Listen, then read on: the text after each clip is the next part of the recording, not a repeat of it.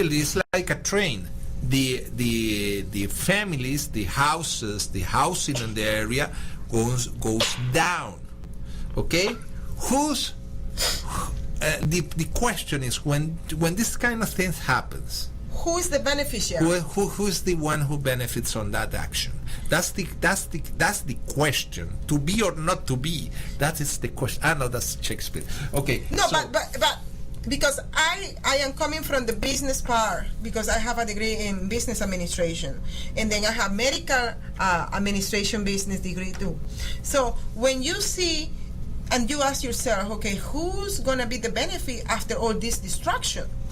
So, and then you find out that behind these groups are being financed by George Soros, are being financed by the Democrats, are being financed for those terrorist countries from those countries who hate America and send these kids.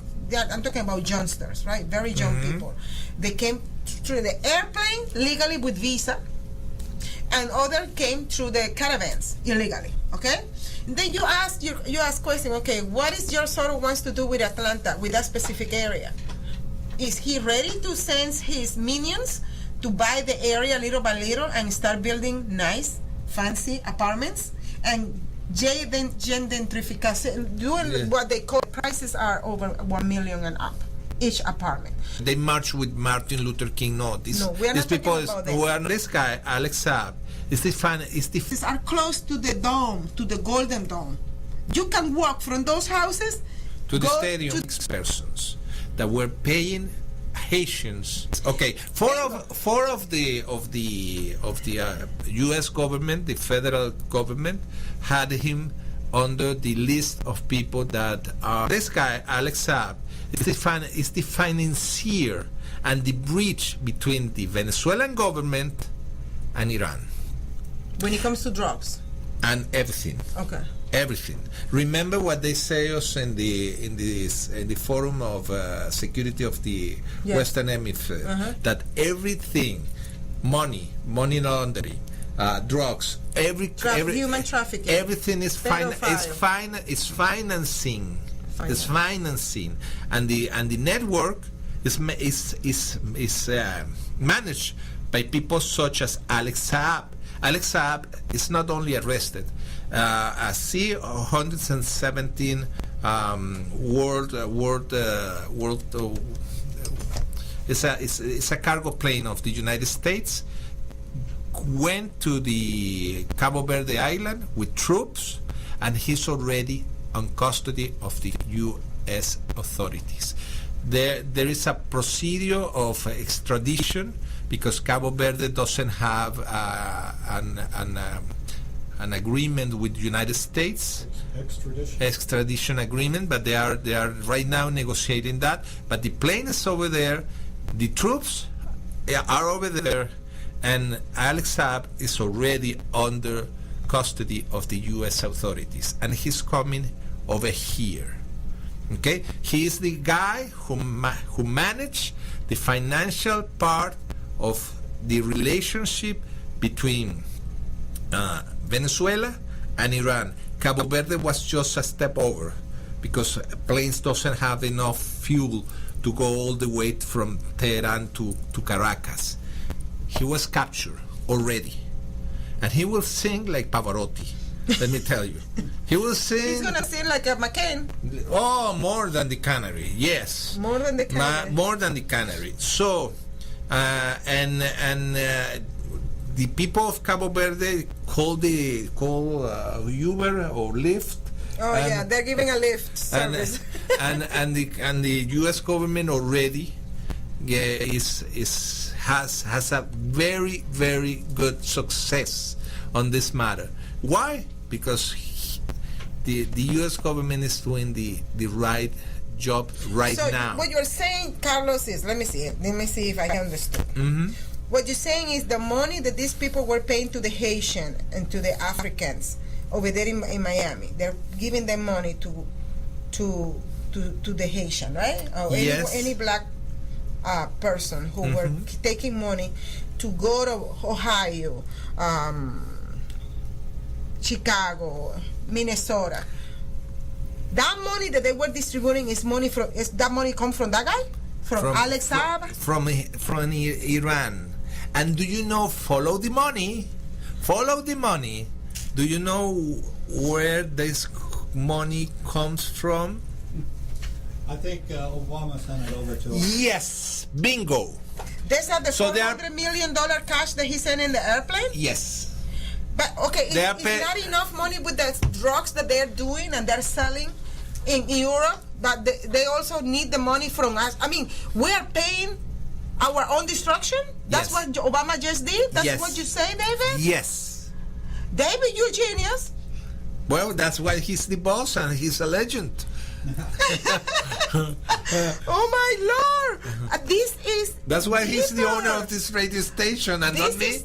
Look, I'm just trying to get around my head around Alex Saab. Okay? I'm just trying to get around with that concept and what he's doing against the United States. But David, you just hit the path. And you just hit it. And we will follow the money after these messages. My name is Kyle Hayes, a motorsports student at Alfred State College. Every year, Alfred State students compete in the Great Race, which is a cross-country time endurance rally for vintage vehicles. As you can imagine, it's pretty costly. I'm asking for your help. Your donation can make it possible for these students to promote the vintage automobile industry. Please visit our site at give.alfredstate.edu and search Great Race to learn more and help us reach our goal. Thank you. Perhaps you are struggling to cope with the disease of addiction. If not, you probably know a family member or friend that needs help in battling the cravings and the personal and professional damage done by the effects of drugs or alcohol. Get a pen and paper and be ready to write down the following. These are the issues that the trained staff at the Atlanta Healing Center address and treat every day. Their doctors and counselors with over 40 years of practice in the field of addiction can treat the suffering individual in a thoughtful, compassionate, and experienced manner and guide him or her along the path to recovery. So call 770-696-9862 and speak to a knowledgeable staff member about how you or your loved one can be helped to enjoy a better and healthier life. More information is also available on the website at www.atlantahealingcenter.com. You're listening to America's Web Radio on the AmericasBroadcastNetwork.com. Thank you for listening.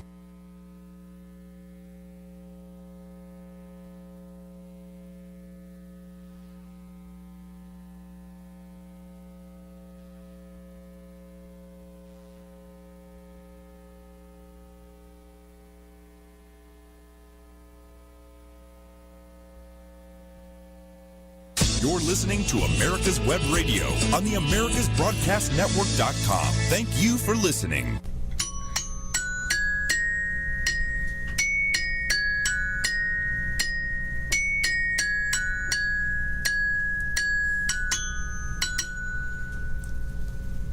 And this is Let's Talk Venezuela. In American West Radio. In American. I don't know if you guys know it, but Carlos is a little jumpy today. I don't know. Yes, I'm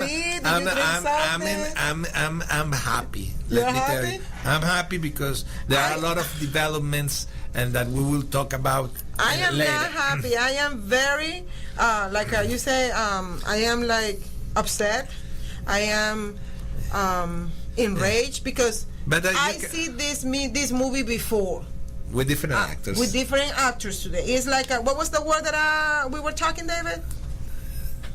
Deja vu all over again. Yes. That's right. That's right. It's the same script, the same tactics, the same strategies implemented in the United States, but only different actors in another language. And this is something that has to do with the next thing that we subject that we have Antifas, and we had at U.S. Congress a very serious discussion about the Antifas and the defund the police departments in the United States. Okay? You gonna say something, David? I just go back to what I said earlier, that none of this none of it just happened. This has been planned for years Bingo. and years Bingo. and years. Yes. And somebody's giving the orders, and somebody's carrying them out. Mm-hmm. And it's even with, well, you know, we had, I don't know if y'all were affected this past, I guess it was Friday, that the telephones all went down Yes. in the southeast. That was Monday. That was Monday. That was Monday? Monday. Okay. Yes. All right. So look at what happened with that. I mean, it was like chaos, you know. It didn't just happen. Nothing just like one of the colonels that works with us here, a retired colonel. He always says, there's no coincidence. No. No. Not at Everything all. is one step on a. Okay, for example, do you know what are the three functions at the government? Why the government exists? Why the state exists? Well, the government is to protect the citizens. They are to furnish the interior roads and highways and all of that stuff, and water and sewer and all of this. Okay. And then external protection from the military. Bingo. So we call it like this: the government's function is first provide security. No. First, justice. Yeah, I mean, I'm not going like that. No, but the first thing, what we just talk about the biblical function of government by God. What they say. Yes, because the United States was founded by the Judeo-Christian values. All right. So we follow and we go back to the Bible. God, when He created Israel or organized Israel, He didn't give them kings. He didn't give them presidents. He didn't give them government. What He gave them was judges and prophets. That's it. And then later on, the people came with ideas and we want a king, and then you follow the rest of the story. But there is three functions in America. The government, the right government functions are three. First, justice, implementation of justice. That comes with courts, department, the Department of Justice and all that. Yeah. Let me finish with this. Hold on, Carlos. The second function is security, implementation of the security of the nation, like border. Protection of the nation. And the third one is the construction and maintenance of public works. Infrastructure, right? Like you say, bridges, street, and da. But let's talk about specifically the first one. The function of police. The function of police is law enforcement. So the police departments are not just somebody that you made a contract because you want him to have a badge and a gun to protect you. Nuh-uh. They are officers of the court, and they must be treated as officers of the law. So what happens? I just said this. We need this guy to be catch or what's going on with this situation, and it's the police department the first responders on that situation.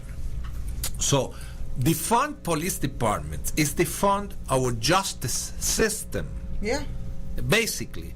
And what happens if you defund our justice system? Is this not one of the branches of our government? Is not that the legislative branch, the judicial branch, and the executive branch? So if you say, no, I don't want to have police, no, you have to police because it's the law enforcement branch. They belong to the judiciary branch of the government, and they have to be respected, such as Blue Life Matters. These guys stand on the street and they die as flies every week of the year. We have a lot of police departments heroes that are given their life and they have families, and they have mortgages, and they have a life, and they are giving their life for all of us. So the first thing is to think, okay, what is the real problem with all this mess? You named it the last week is policies and procedures. You see, the justice, the law enforcement start from the bottom and it moves up to the top, right? The cities are in control. The mayor is in control of the police department. That's wrong. You know, that's wrong. That's the first. The sheriff and the mayor have to work together. Okay, and then from there, you know, you have the state level, and then you got the federal level. So, in the local level, when the sheriff department, the police department, the sheriff and the police department are under the control of Democrats, which we need to understand the Democrat Party is gone a long time ago. They are not Democrats anymore what they used to be. They are being hijacked and they are being taken over by communists, by Islamists, anarchists, and all this group who hate United States of America. Period. And they want to destroy the judiciary. That if you don't have justice, such as happened in Venezuela, the first thing that the communists destroyed was the justice branch.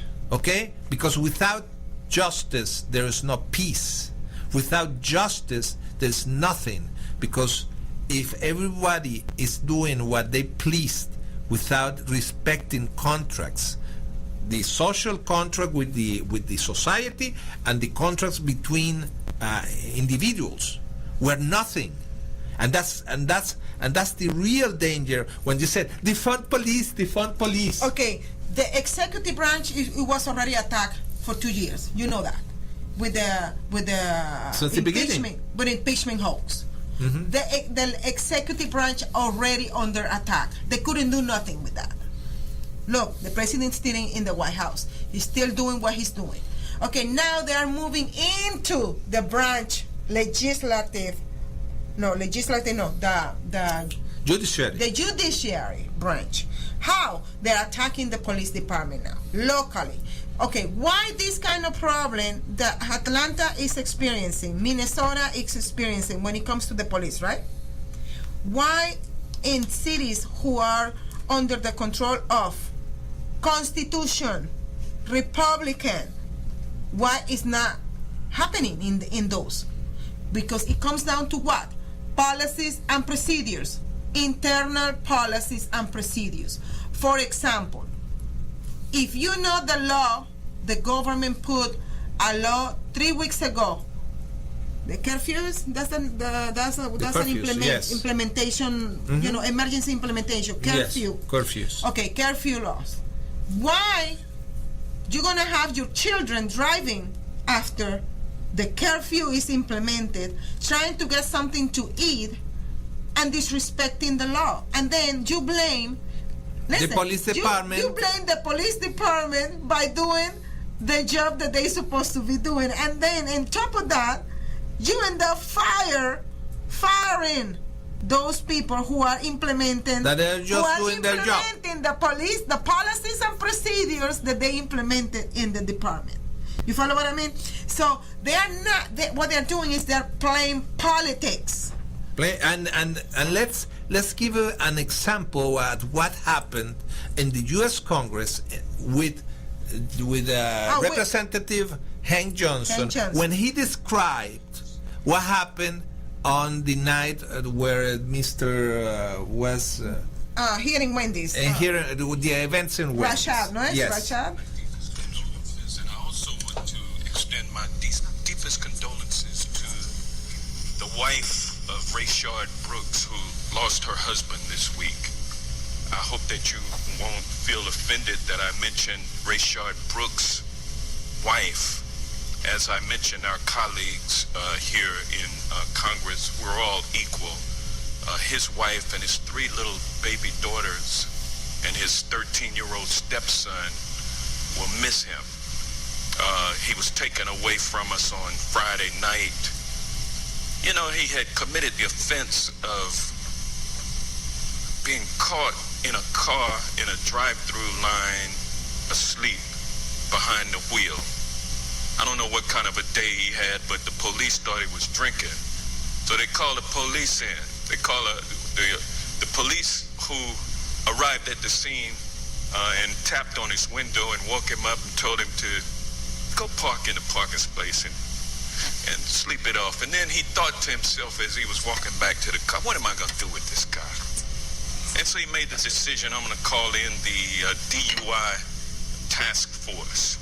And so the DUI task force arrived about 10 minutes later, and over the next 30 minutes, they administered one field sobriety test after another. And guess what? Rashad Brooks passed each and every one of them. The stupid heel-toe test. Nobody walks putting one heel in front of the other. People lose their balance all the time who are not under the influence of anything because they have balance issues. Not Mr. Rashad Brooks. No balance issues. Perfectly did that. Did the nystagmus test. Did all of the other things that the officer wanted to do. Turn around, shake your booty with your eyes closed. All kinds of crazy tests that they administered over the next 30 minutes. Wearing on Mr. Brooks's patience. Just messing with him out there on Friday night. Messing. And finally, the officer pulled out his inherently unreliable field breath test and told him to blow into it. And he blew into it. He had done everything else they told him to do.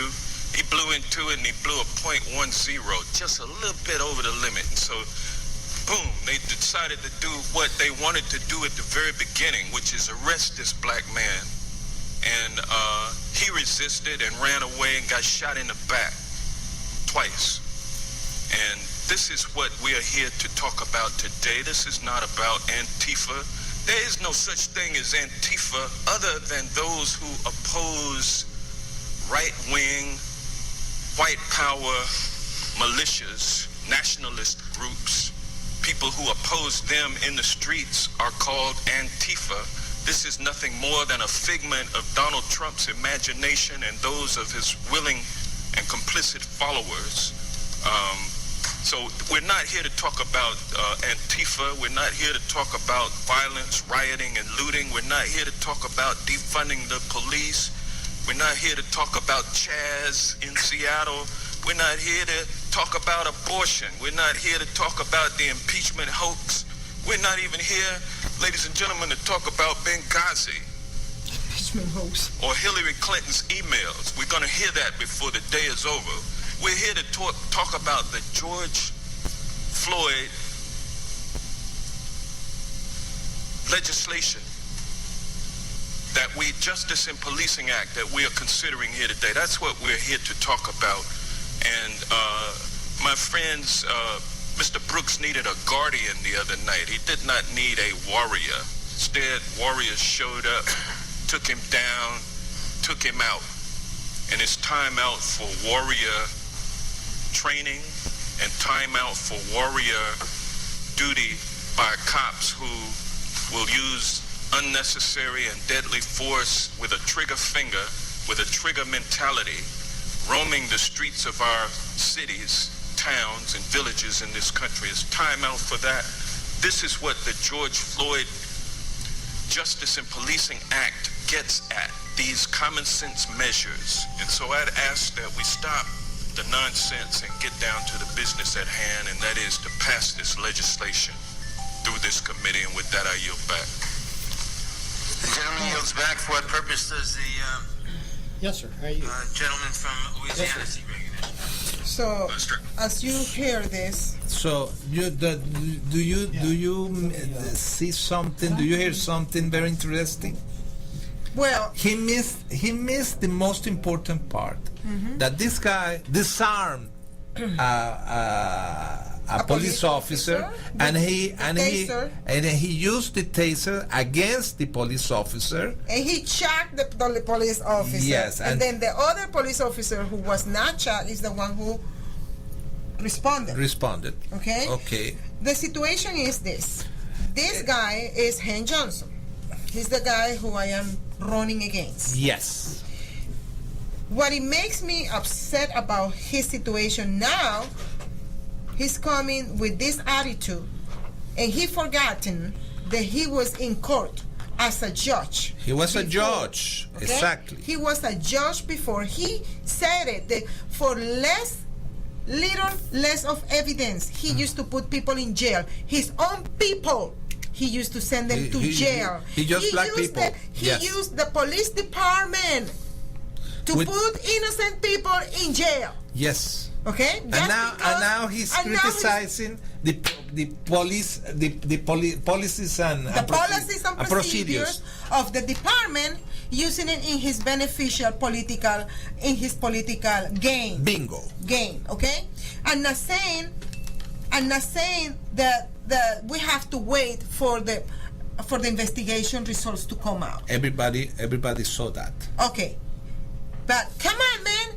Are you reading some paper from somebody is giving you and you are not realizing what you are saying? Or you are just plain evil to play with the black black community minds, telling them they are playing you, they are provoking you. Antifa doesn't exist. Antifa doesn't exist. Come on, go to Facebook. There is here in Georgia, in Atlanta.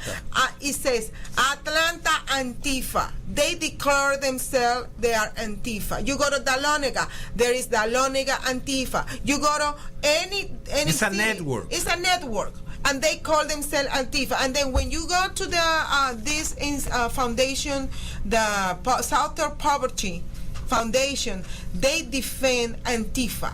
They declare any group who are Jew and Christian, they declare us as a terrorist group. They declare us a hate group. But they do not have in their list of 34 organizations that they have listed, which are Jewish and Christian, but they don't have non-Muslim listed in that list. They don't have Antifa listed in that list. They don't even list the training camp of militias from, no militias, the training camp, Muslim training camp that we have here in Georgia, in Arizona. They don't even list them in that list. They say nothing about that. They say nothing. And then when you look underneath of the Southern Poverty Law Center, who is in charge of that? Muslims are in charge of that. Well, let's say another good. Now there is a good news. What is the good news? Because we are almost closing the program. Josie has a tour of Fourth. The tour of Fourth is a tour with bikers and trucks around the 4th district, congressional district, on 4th of July. Because all cities, because of the pandemia, because this was planning. No pandemia. This is not pandemia. This is not pandemia. It's the pandemia. Okay. For the Democrats. Yes. They suspend all the events for the July 4th. Look, they even took us away from us the celebration of the birth of United States. What's going on? Look how we are up to the point that we are not even celebrating the birth of this nation. Birthday of this nation, because pandemia, and Antifa and all that. You know what? We're gonna do a bold movement. My candidacy is doing a bold movement. Bold, you know. I'm gonna take it all the way to people who really wants to celebrate the birth of United States. If you are a Republican, come join us. You are a Democrat, you wanna come join us. You are a patriot, come join us. You are a person who loves the Constitution and wanna defend our country, come join us. This is going to be a tour around my district. I'm gonna show all these politicians what we have to do in time of crisis and what we have to stand for. Unite. And I got the support of all these people who are Americans, who love our country and who want to put their life to defend our nation. And do you know who confirmed to be on the tour? Who? Our dear Mr. Armendariz. Mr. Armendariz is gonna be in the tour. And On point. yes, Yes. and who will promote also the tour? We will. Certainly. Thank you. Yes, and we do have prominent political figures who are working to bring back what we used to be as American, the great American. We're gonna celebrate that day. Any Antifa wanna come? You tell me, you come and see if you're gonna start up some things. You're gonna have an answer because we are not playing. You think that we're gonna be hiding behind? No. You think that we're gonna go and hide because we are scared of Antifa or all this movement? No, honey. Look, the situation is this, David. We, as a nation, we have 150 years of peace inside the United States, and people got used to that idea. Yes or no? Internal peace. Yes. I was just listening to. Who would believe anybody that would say Guam is sinking? And there you have Hank Johnson talking about something that he doesn't know about to begin with. And then on top of it, he's also the representative that said Guam was sinking. And you just heard how he bent the truth. Oh, he yeah. didn't mention that the victim took a gun, a stun gun from the police, and he used the stun gun against the police, okay? And he didn't mention that at Congress. But also, he didn't mention that these police officers were following policies and procedures when it comes to somebody drunk, driving and drunk. And he says just above the legal. About a little bit. He's drunk. He's drunk. Why Period. he's minimizing? Why he's minimizing or making it? Oh, they are messing with us. It's the mentality of put more fire in the black community. And if we keep on going this way, it's not only that we're going to lose the black community in a continuous genocide, but we're going to lose the state, we're going to lose the country, and there is no other place that we're going to go because there is no other place like United States. And this is something that Americans need to understand. The Republican Party need to understand. This is a time of fighting back. The 150 years of peace is over. It's over. Now we need to get used to be vigilant and fighting back, and we have the political level, in the platform, fighting back the Antifa, fighting back the Muslim, fighting back the anarchists. We need to fight back with message. We cannot be quiet. How come the Republican Party is being quiet during these 3 weeks about George Floyd death? How come the Republican Party is being quiet about the death of this Rashad here in Atlanta? Why are they not talking and coming up and say we are American, we need to unite? Where are the Republican Party? Where are the Democrats? No, they're quiet. They're quiet. They are quiet. Oh, let them kill themselves. We are here. We're waiting until somebody else survives, and then we're going to come and we're going to command them what to do. Honey, I am seeing exactly what happened in Venezuela is happening here. Yes, and to finish, we need to bring the big stick again, because unfortunately, these people, the only language that really, really understand is... Okay? Well, it's 2 o'clock.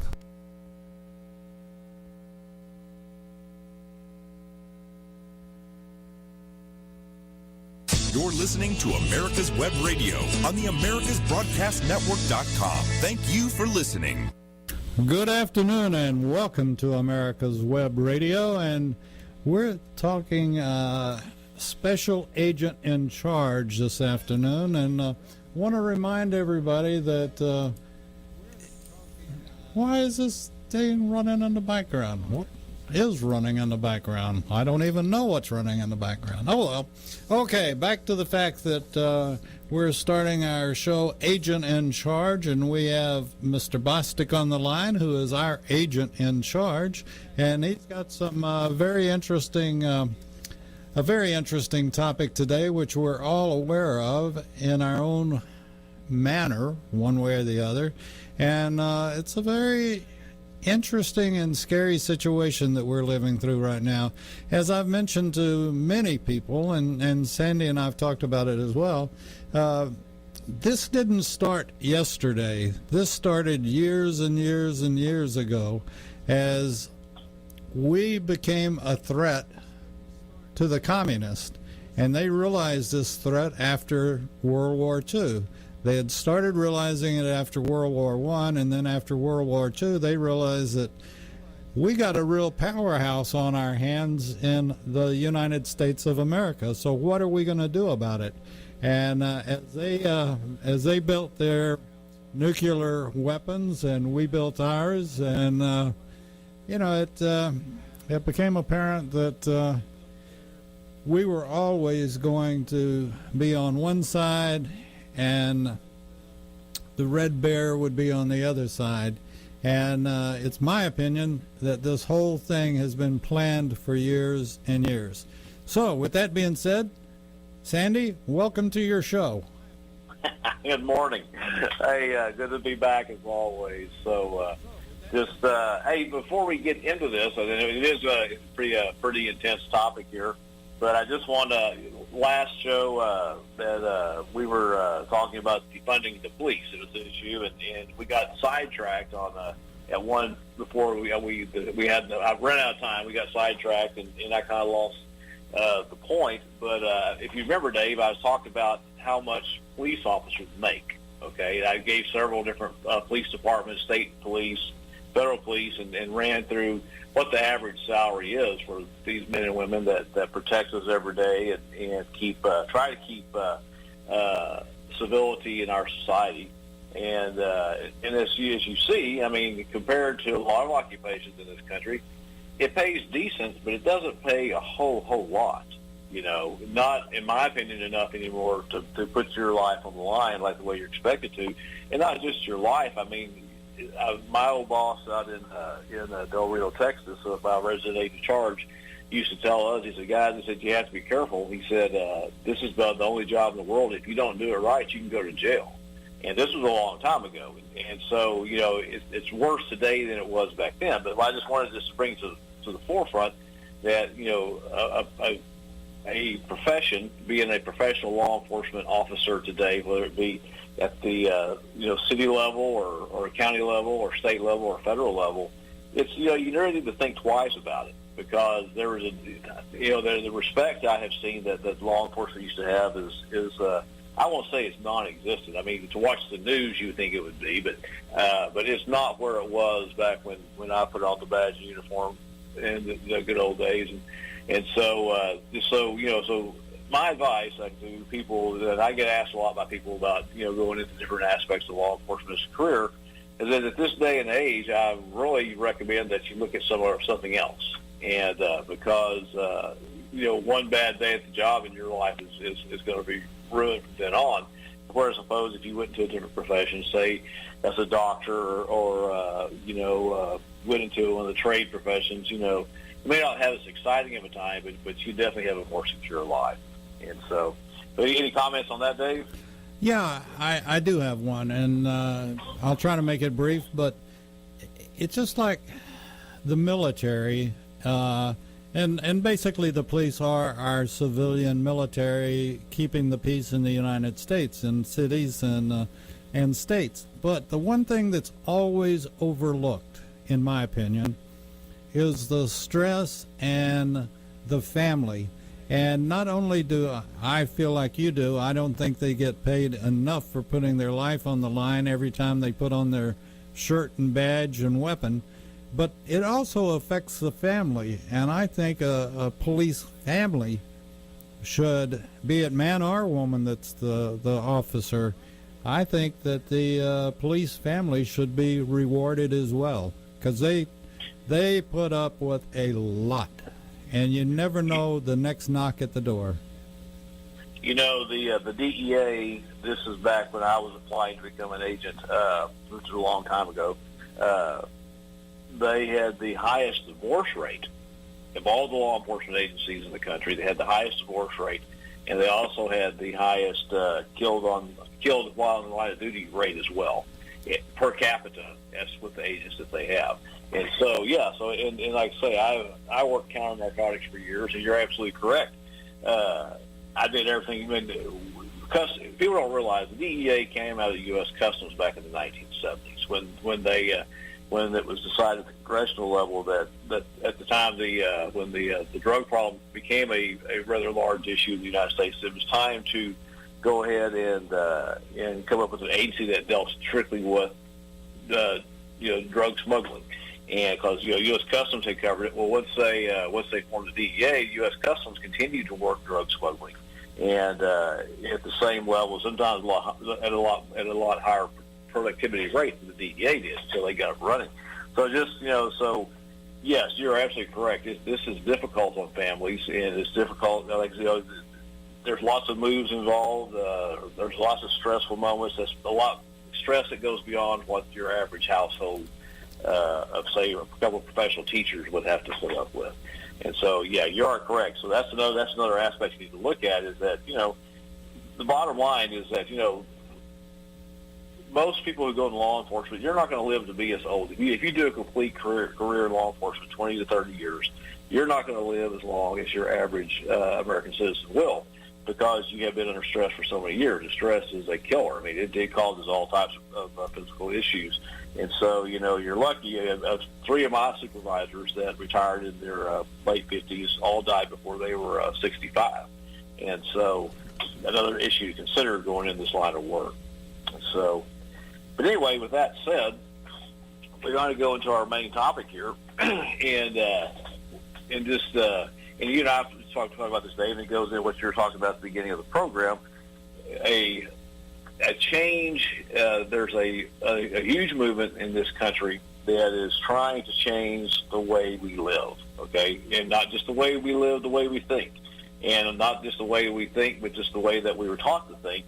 And as far as they're trying to rewrite history. They're trying to change the way that we govern, and I'm going to draw some similarities. If you don't believe what we're talking about, I'm going to draw some similarities to some different revolutions and some different organizations in the past, and you can draw I draw a conclusion that there's a very close similarity in the way these movements, organizations operate, and what they're trying to accomplish. And so first of all, like I say, we're talking about, the big issue right now in the news is the riots and the destruction of federal property, private property, and basically, you don't have law enforcement's not doing much about it. I mean, if they're doing much about it, you're not seeing any of the reports on it. And I just think it's hilarious that Congress right now is, they're trying to come up with a comprehensive law enforcement improvement bill, and when at the same time they can't even get their own law enforcement agencies under control and doing what they're paid to do. And I'll use an example here just the last few days.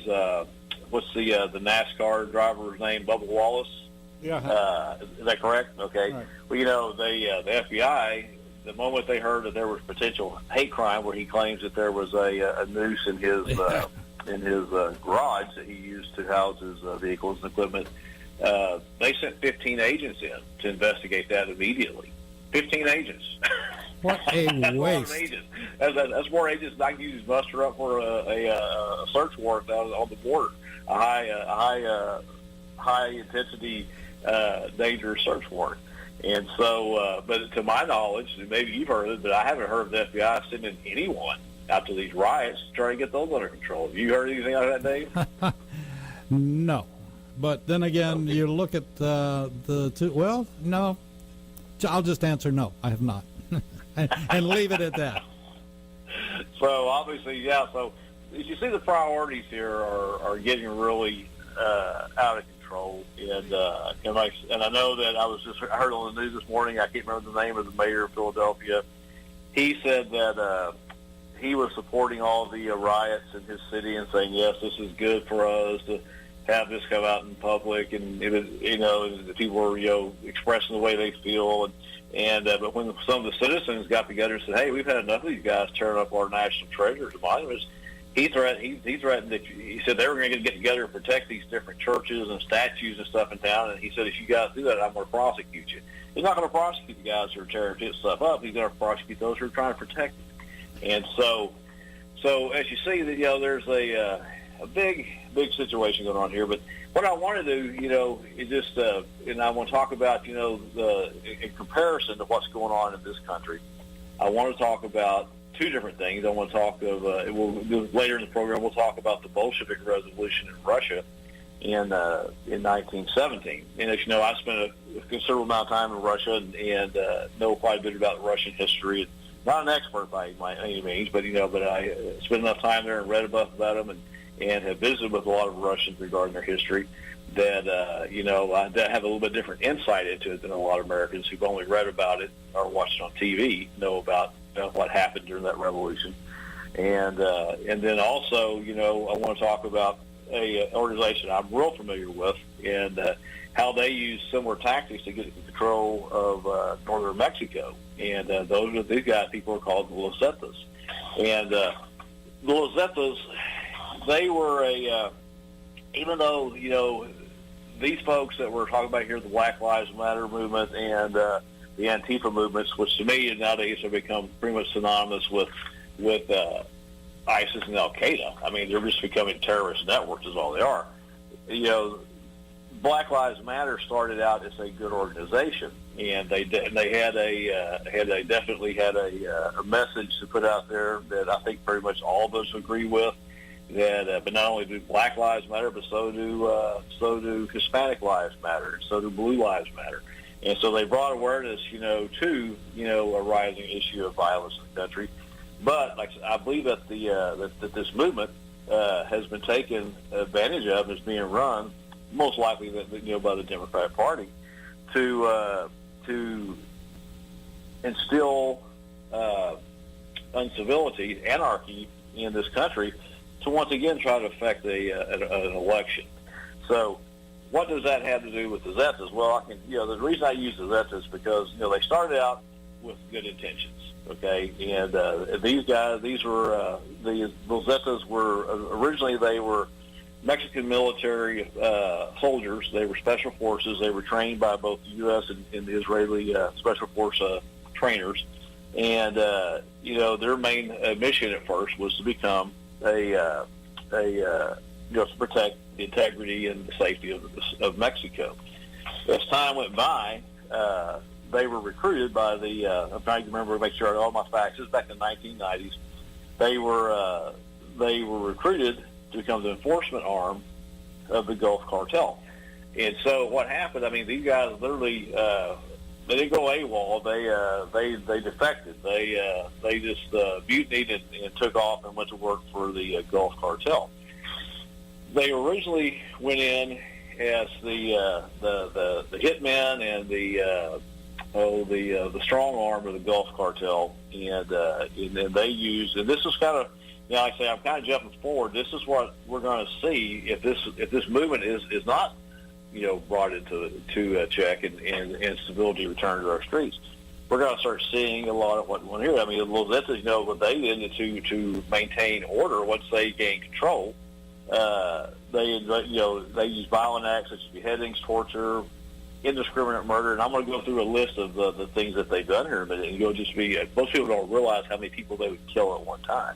And but that said, when you Los Zetas, similar to what we're seeing with this movement, where they're going in and taking these downtown areas, these towns, and where the police won't have anything to do with them. Los Zetas did the same thing. If they gained power in northern Mexico, where most of the between I believe they're still housed, but their headquarters is in the Pueblo Laredo, which is right across from Laredo, Texas. As they gained power, of course, then they started to maintain power. They had to, turn to more and more violent means, just as we've seen with the Bolshevik Revolution in Russia in 1917, and as we also have, we saw with the Nazi Party in 1932 in Germany, and so all three you look at these, even though the Zetas are, you may say, well, it's kind of a stretch with the Zetas, but not really, because you got to think about where they started. They started out to protect the country. Before long, they believed that what they were providing was more important to their cause than was what civility would bring to the other population.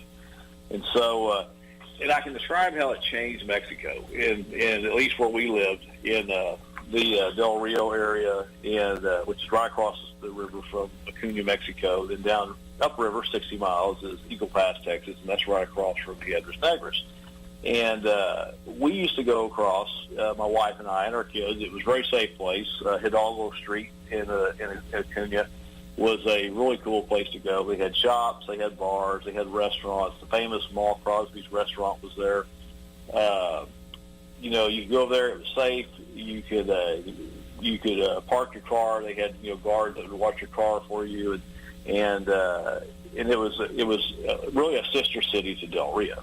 And but there's a lot of tourism there, and the towns. We used to do some training with the Mexican federal police officers over there. They'd come across, and we would do some qualifications with them. We'd barbecue with them, and vice versa on both sides. And so there was a lot of, even though we worked a serious job and we were working mostly narcotics smuggling. I mean, that was kept out of the public domain. And there was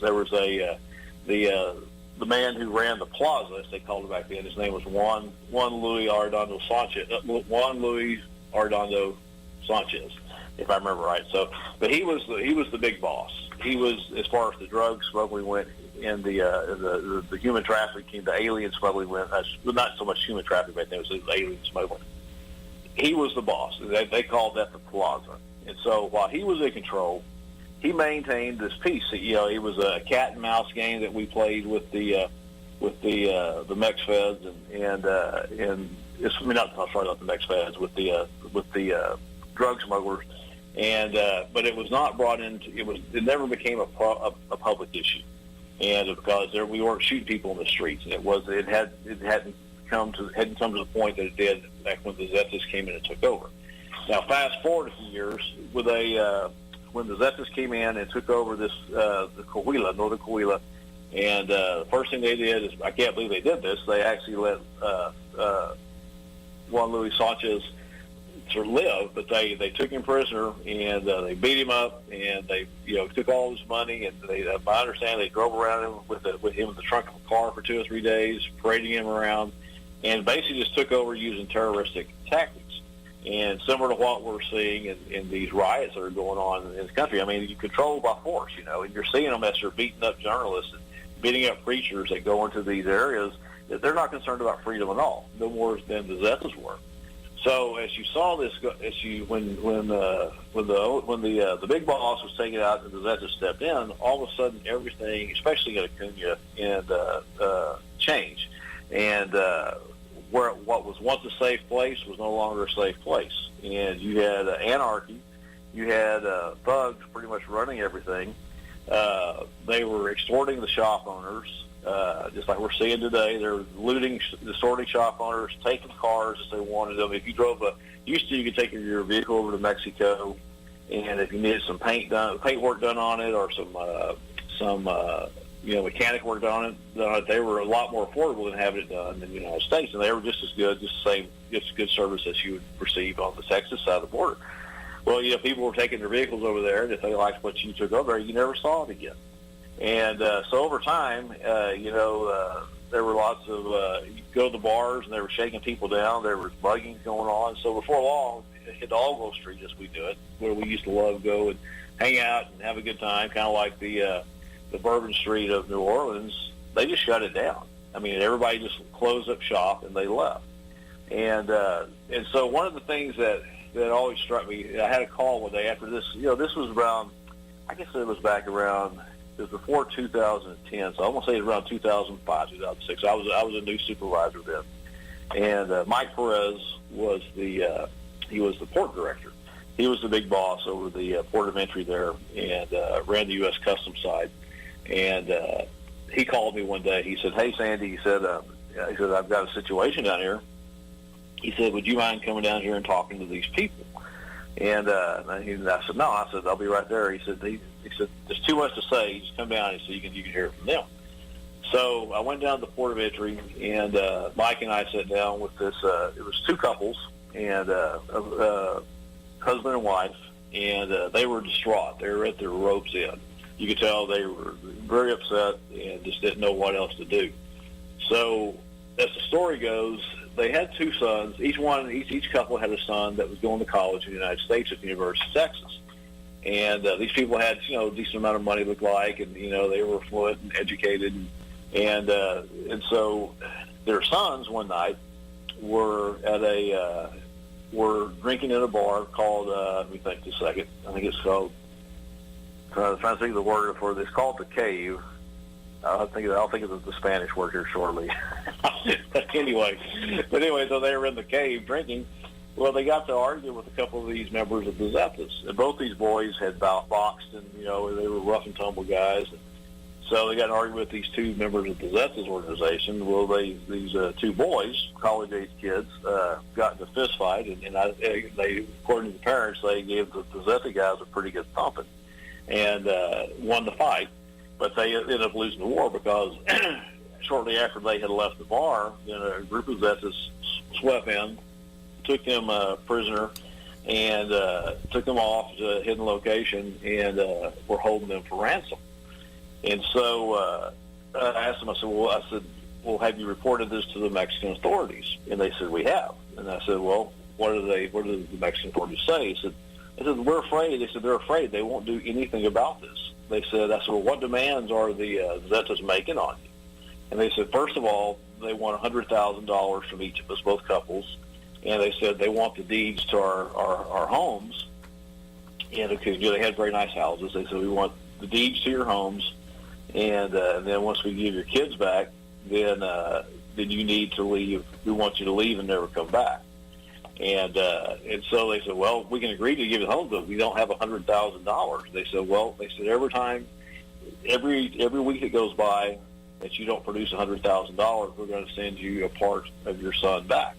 So sure enough, true to their word, about a week later, they're telling me this was a week later. They sent an ear from one of the boys, and they said a digit off a little finger off of another one of the boys.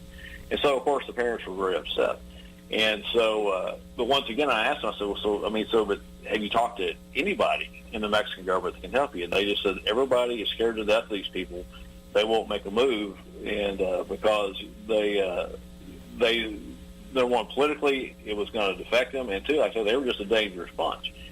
And so I left that, and I told them that they were asking for our assistance, and, there wasn't a whole lot we could do. And I told them I would contact our attaché office in Monterey and try to get some cooperation to help them. And but I said, unless the Mexican government makes a request to us to come in and help, I said, we can't invade Mexico and get these guys back for you. And so, make a long story short, eventually they got the boys back, but they had to come up with $100,000, and they gave up the titles of their homes. And so what's the moral to this story? Okay. And I remember talking with my agents about this when it happened. I said, what would we do if we were in Mexico in that situation? Okay, as Americans, say it happened in America, same thing happened here, that a group came over and took over and started demanding all these things and muscle their way in. What will we do? And the general response was that, if the government wouldn't step in and help us out, then we just got to take up, arms and go take care of these guys ourselves. And I said, yeah. I said, but here's the thing. I said, the people in Mexico, for the most, those people who have guns in Mexico are the police, the military, and the cartels. What are you going to fight with? And brought to life some interesting situation that we find ourselves in America heading towards now. And so we thought this would never be able to happen in America, and I'm sure hoping that it doesn't. But we're at a point now where we're sitting back and watching this anarchy take over our cities, and getting to the point now that we're going to have to take action and do something about it, or we're going to go the same route that Coahuila did with the Zetas in Mexico. And so, any comments on that, Dave? I find it, you know, the similarity is spooky. And you were there, been there, done that. And if we as a general public don't stand up, we're not going to be able to sit down.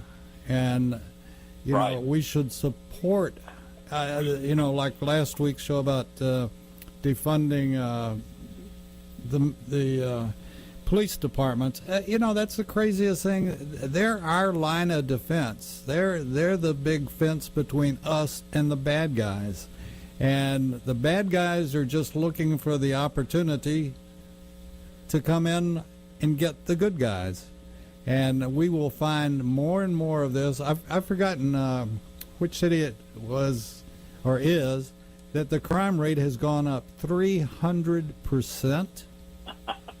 I would doubt it. Would not doubt it. And this, I can't remember. I think it's Seattle, but I wouldn't swear to it. But the crime rate, 300%. And what's gonna, you know, we have a place here in Atlanta called Midtown, and it's a millennial type.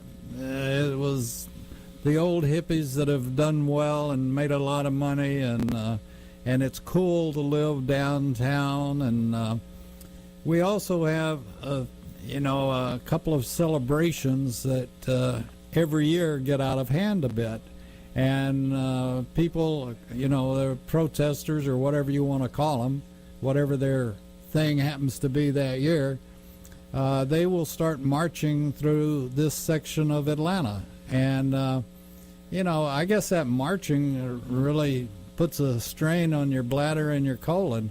And all of a sudden, these $400 and $500 and $1 million homes in their front yard, they look out the window and there are people using their front yard for their local bathroom.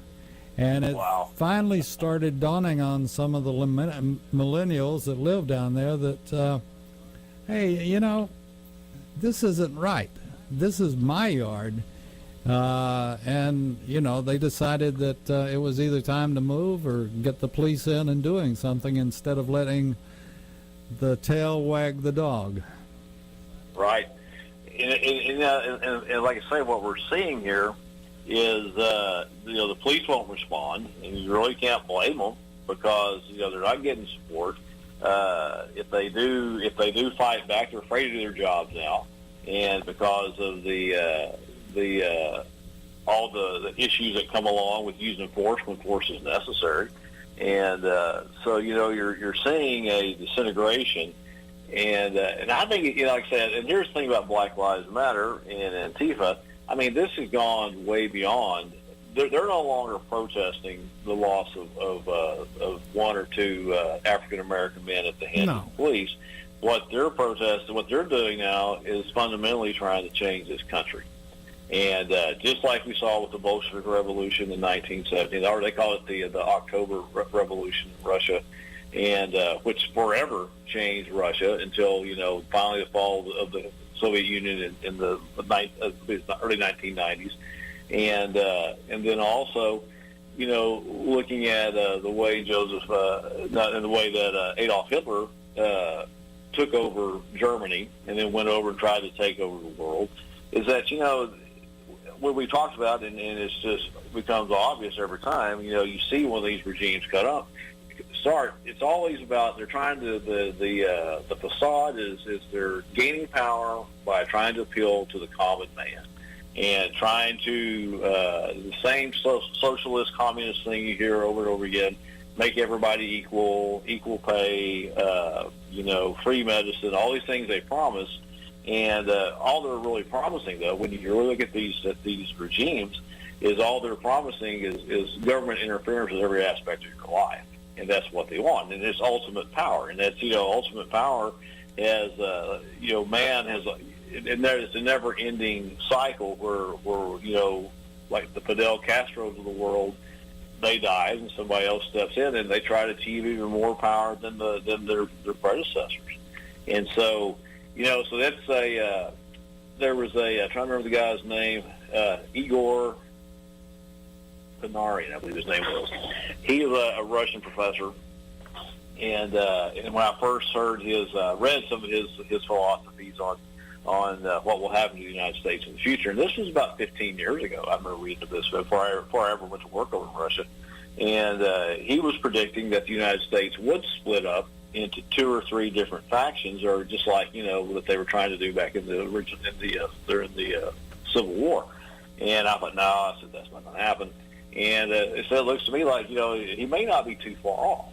And because of such, he said because there's such a divide in the way that people in America believe that it should be governed in the way that what the social system of the United States should be, that you're never going to have peace. I also had an African American professor when I was working on one of my criminal justice studies in college.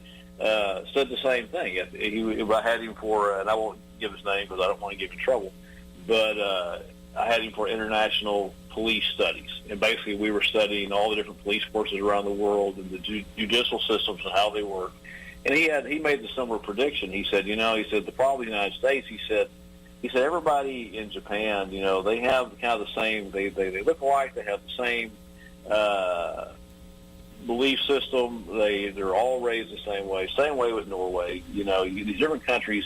He said the United States, and he wasn't making a racial statement. He was talking about the way people think. And he said there's just too big of a divide for there to be for too long, peace in this country. He said at some point there's going to be a breaking point, and we're going to see either the formation of different countries within the United States, or the dissolving of what we know as the United States, and then the formation of a country that we probably wouldn't like that much.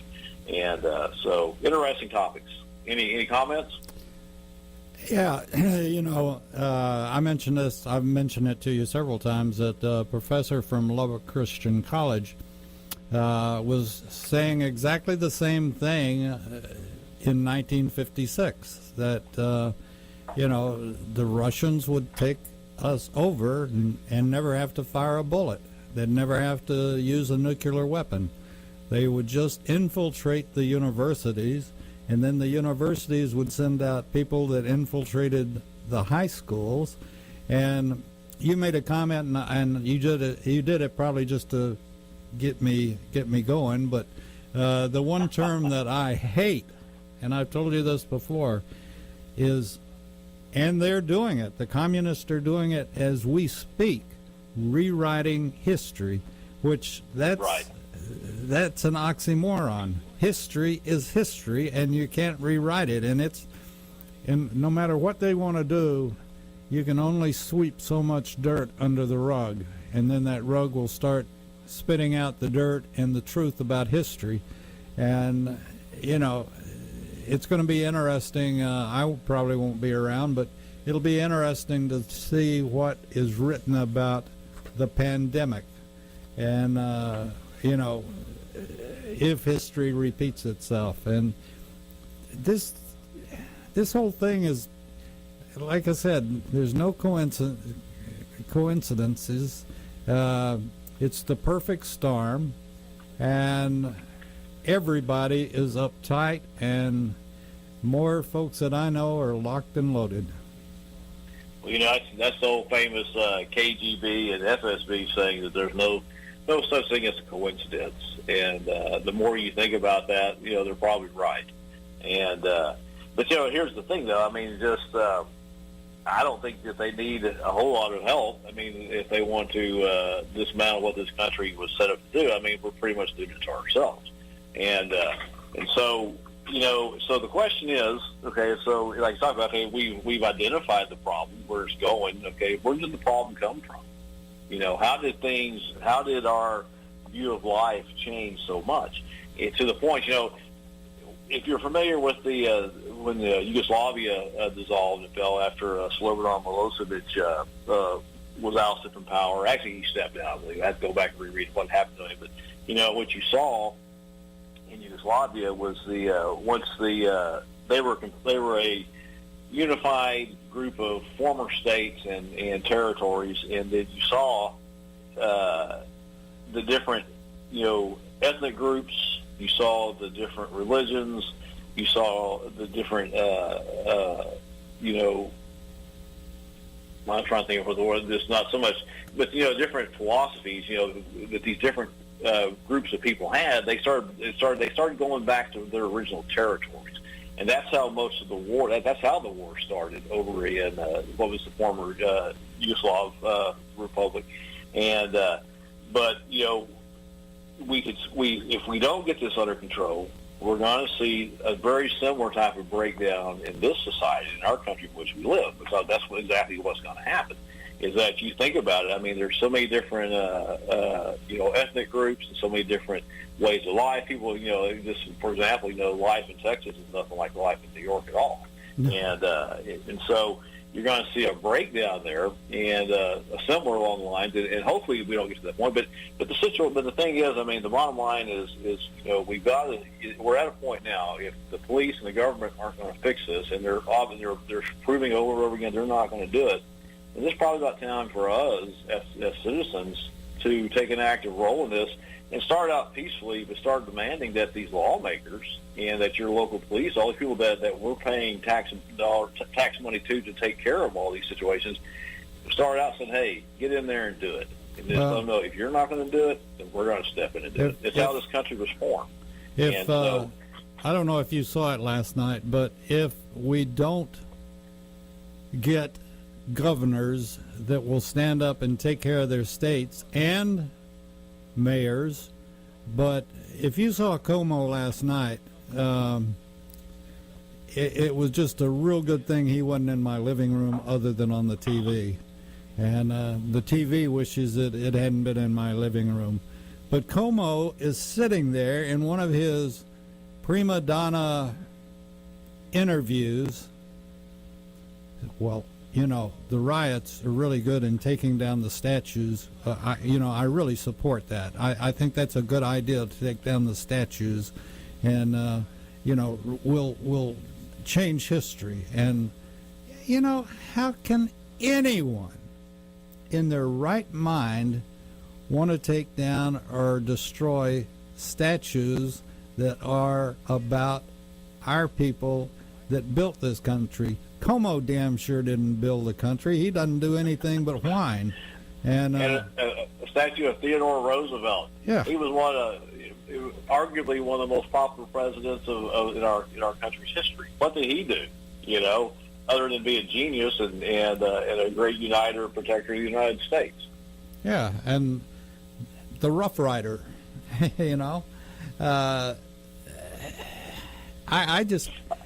I'm so old, I guess, and so stupid, I can't get a handle on, I can sort of in the South, only sort of, say, okay, if they're cramming a Robert E. Lee statue down my throat and I'm black, that I'm not going to go to a high school called Robert E. Lee High School for blacks. I can see how that would get under their skin. But, at the same token, when are we tearing down the Martin Luther King statues? Right. Well, I don't know if you heard, and Stevie Ray Vaughan, he's from Austin, and a great blues and rock guitar player, and tragically died in, I believe it was around 1990, in a helicopter crash. This guy was an amazing musician and dedicated his life to it, and basically was playing, the black man's music. I mean, he had recorded with probably every major living blues player, singer that was alive during his life. And was very respected by the African American community, and was liked, and gave credit to he knew so much about the history of blues music, and in Austin just a couple days ago they sprayed graffiti all over his statue, which is downtown Austin. It's like it's not just that they want a total transformation of what this country is about. And so like I said, we're getting to the point now that you can almost, I call this treason, okay? Because if you don't like it, there are plenty of other countries over there that you can go to that will be just as dogmatic and dictatorial as you want to be over your life. But this is not it. I mean, if I talked about, people ask me, what do I believe in? Where do I stand? I say I'm not left, I'm not right. I believe in freedom, and I believe people should be free to pursue what they want to do in life. And as long as you're not causing pain or grief to someone else, then the more freedom we have, the less government interference we have, the better off we are. Well, and this comes back to, I got in many arguments with one of our hosts on and off mic, basically off mic, but you were there and you can tell me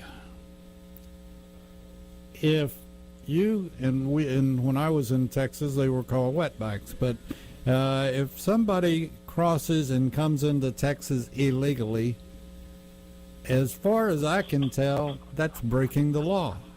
Period. Right. No ifs, ands, and buts. It's breaking the law. If I take a can of red spray paint and start spraying it all over a statue or anything on your building or anything else, that's breaking the law. And right. A country can't survive without laws, and laws can't survive without law enforcement. And right. Just what you were saying, if we don't put a stop to this now, it's going to be a snowball rolling downhill, and I don't want to be at the bottom of the hill. And right. This is scary. I'm sorry, go ahead. No, I'm just saying it's scary, Oh, it is, no. And so, I kind of I have a tendency, the older I get, the more off track I get. You'll come up with an interesting point I didn't think about, Dave, and I'll spin off. And so, but I want to come back, and you tell me if you agree with me or disagree with me. But,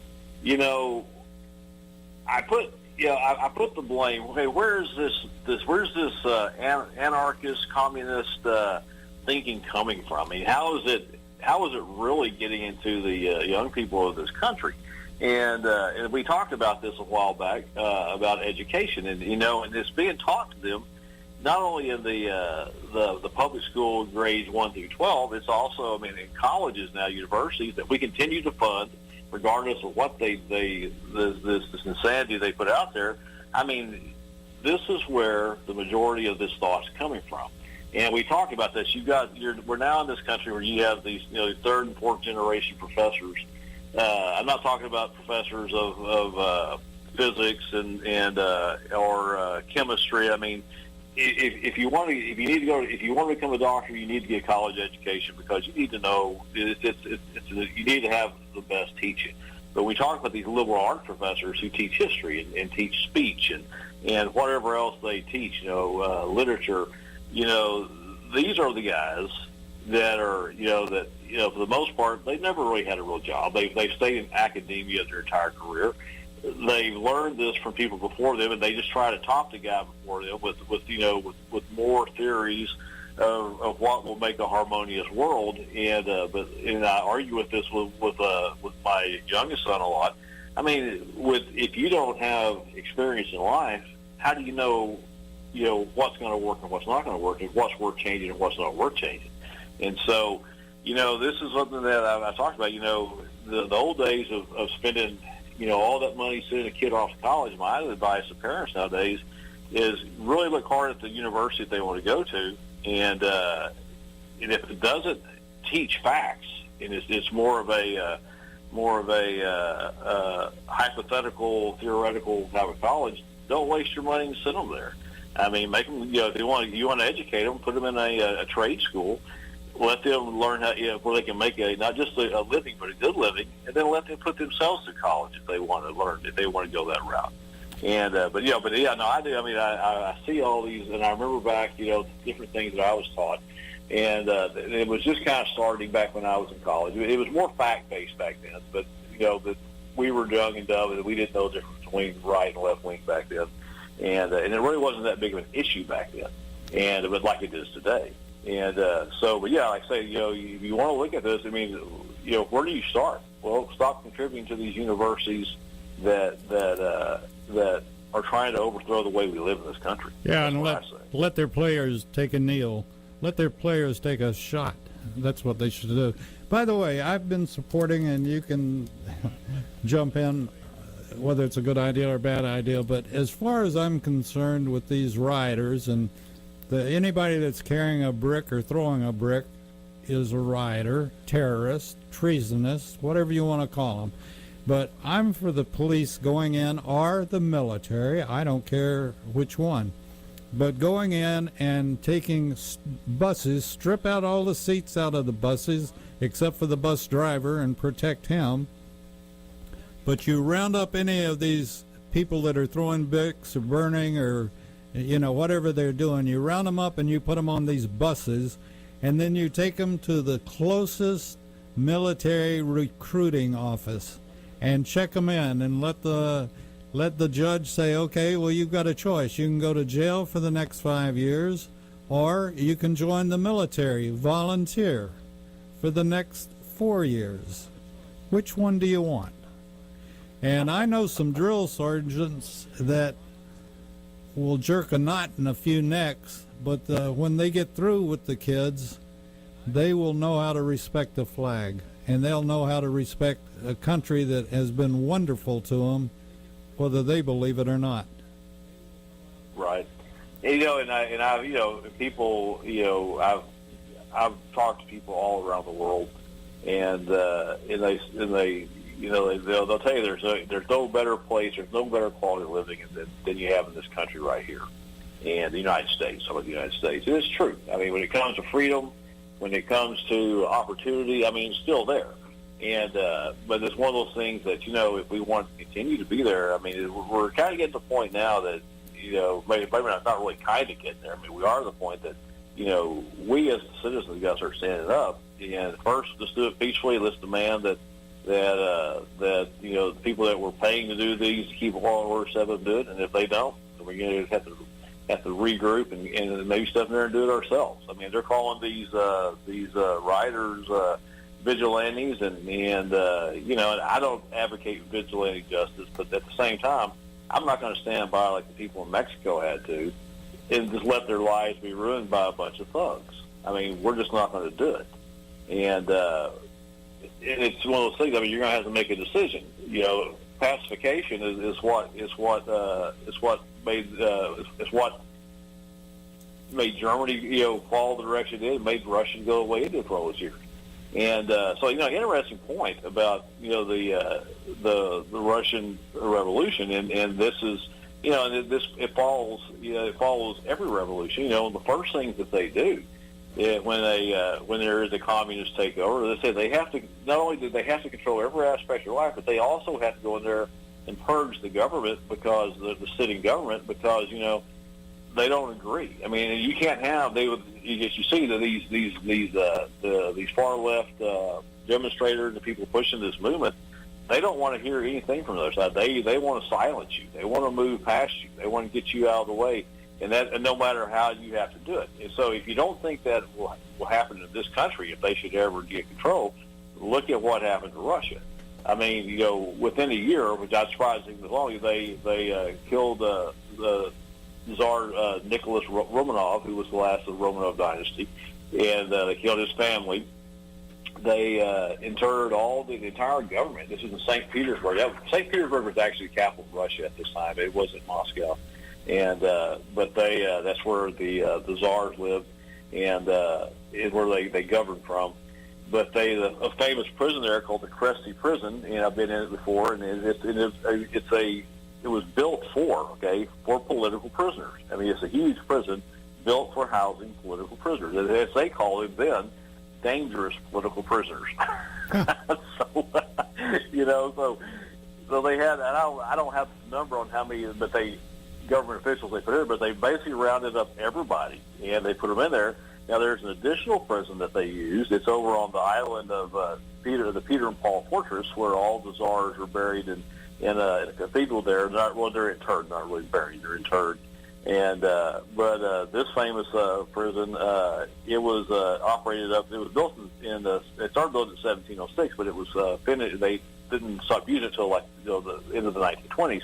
But they would actually put dangerous political prisoners in this prison as well, and they would be in solitary confinement for however long their sentence was, and they would literally have guards, there was a little hole there in the door, which they would give them food and stuff, that they needed, but they would literally watch them. They would take breaks. They'd have two prisoners assigned. One they'd watch for 30 minutes and 30 minutes every move that person made in that jail cell. And so, so the first thing they do is they're going to go in there and start, they're going to, anybody who didn't think the way they thought is going to go to prison. Anybody, if you're an important person in a true democratic society like we have, you're going to end up in prison because, you're in the way. And so, and that's just kind of did the same thing. I mean, they went in there and just, they overthrew everybody. Nobody would stand up to them. And, and then I say that you have a dictatorship, running an area. And so, but yeah, it's history piece. Now, for granted, Tsar Nicholas, I can't remember, did I call him Tsar Nicholas earlier? I think so. Okay, yeah, I get my, like I say, when I've said too much, I start getting my names messed up. But he was Tsar Nicholas. Now, for granted, he did some dumb things. I mean, it wasn't like, they were needing a change. They were, he was a monarch, and that was the last monarch of Russia. And that's kind of when the monarchies died throughout, Europe and all. And he had sent, that was World War I, he sent off, I can't remember how many Russians he sent to fight in World War I, but they lost close to 6 million soldiers, and which really bankrupted the country, and because there was nobody there to work and produce. And so, what had happened through his negligence, then you had the people were literally starving. There was no food, but of course, then the Vladimir Lenin stepped in. He saw his opportunity. The father, I guess I call him the father of communism, and he stepped in and took advantage and took over. And but that said, the history that you look at the total dictatorship that they call communism that ran Russia up until the 1990s, it was just they were killing people that tried to leave. And here we are, people who willing to die to come into this country. And Putin is above killing people? I have no comment on that.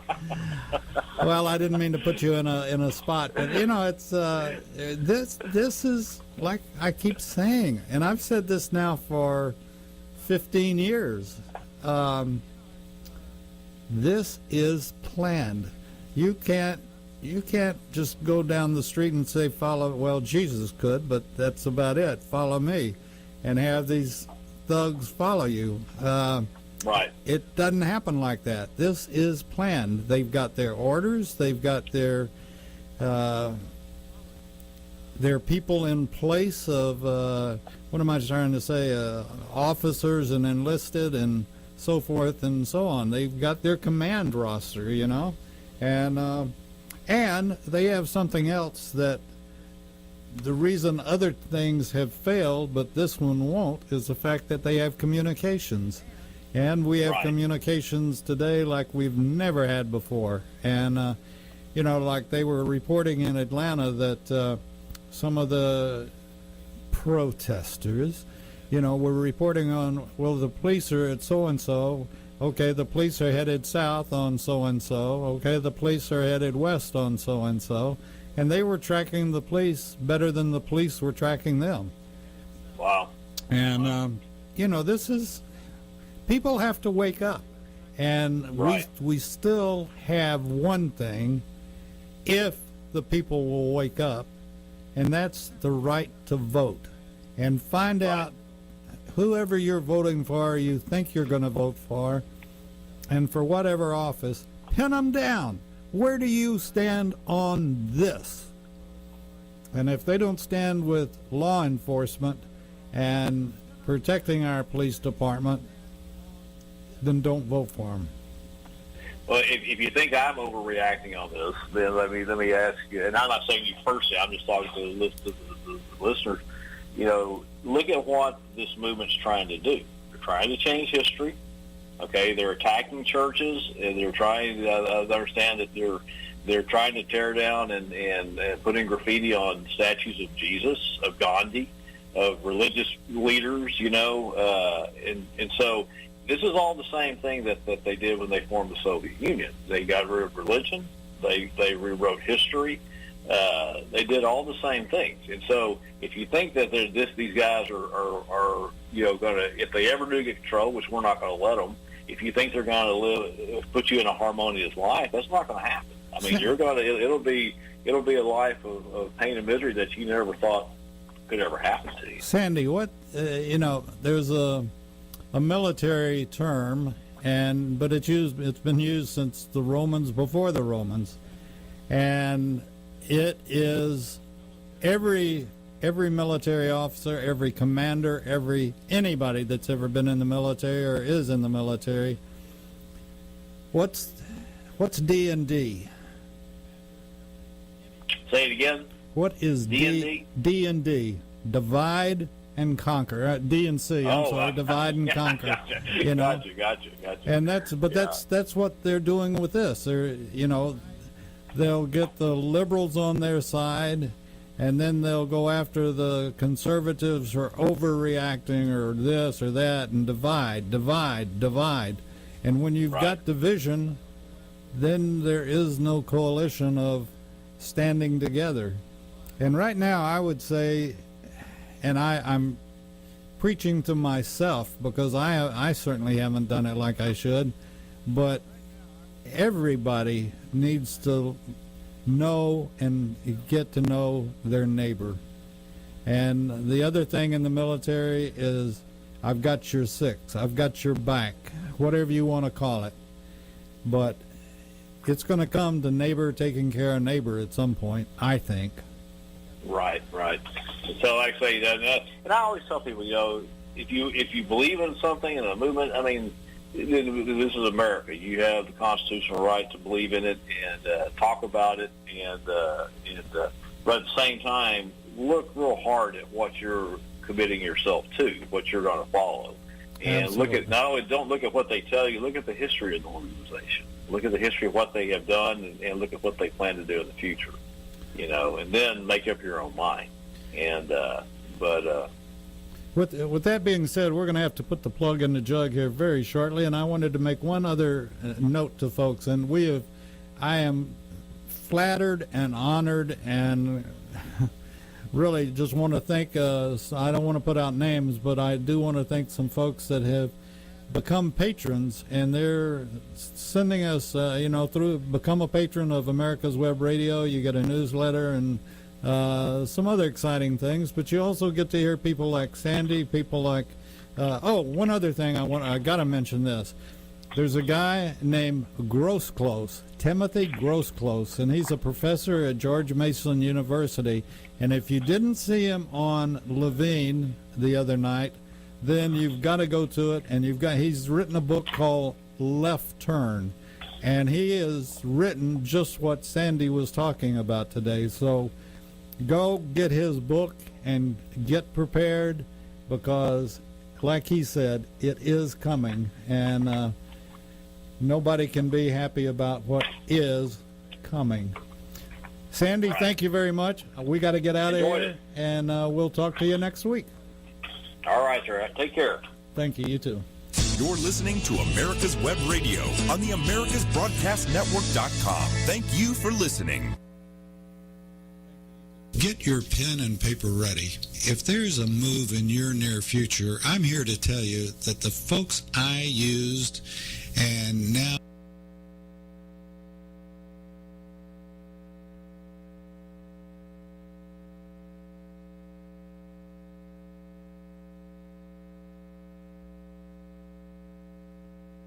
You're listening to America's Web Radio on the AmericasBroadcastNetwork.com. Thank you for listening. Good morning, everybody. Welcome to another episode of the Doctor's Lounge on America's Web Radio. I'm Dr. Scott Barber, and today we're going to discuss some more coronavirus. Now, I know it's getting to be a little bit like a broken record talking about coronavirus, but one of the major themes of our show is to try and promote free market healthcare solutions and to point out the failures of socialized medicine. And nothing illustrates the failure of government-run healthcare than the COVID-19 pandemic and our response to it. And I'd like to go over some of those things today to help you see why we need to fight for free market solutions to our healthcare and abandon any effort to push towards socialized medicine. Now, most people are aware that we've been suffering from a coronavirus pandemic that has swept across the world and caused tremendous damage. People obviously have been killed by this disease, and it poses a serious threat to our world. But our response to it, excuse me, our response to it has been somewhat confusing. And to an observer like me, I've learned a lot of information about just how incapable the government is at running our healthcare. The response to the pandemic has been basically abysmal in every way. Our understanding of the virus and how it's transmitted was wrong and presented it to us wrong. The treatments available, whether it be masks or hydroxychloroquine, have all been wrong. The estimation of the number of deaths that were going to occur, as high as 2.2 million, turned in the United States alone, turned out to be wrong. The mortality rate, wrong. Our need for ventilators, the spread of the disease, all of these aspects of this pandemic were presented to us erroneously by our government officials, and nothing has really illustrated to me the importance of free market solutions to healthcare than our response to the coronavirus pandemic. Now, on this show, we talk about the difference between socialized medicine, where government implements a top-down, one-size-fits-all medical program, versus free market medicine, where individuals, with the counsel of their doctors, make their own decisions.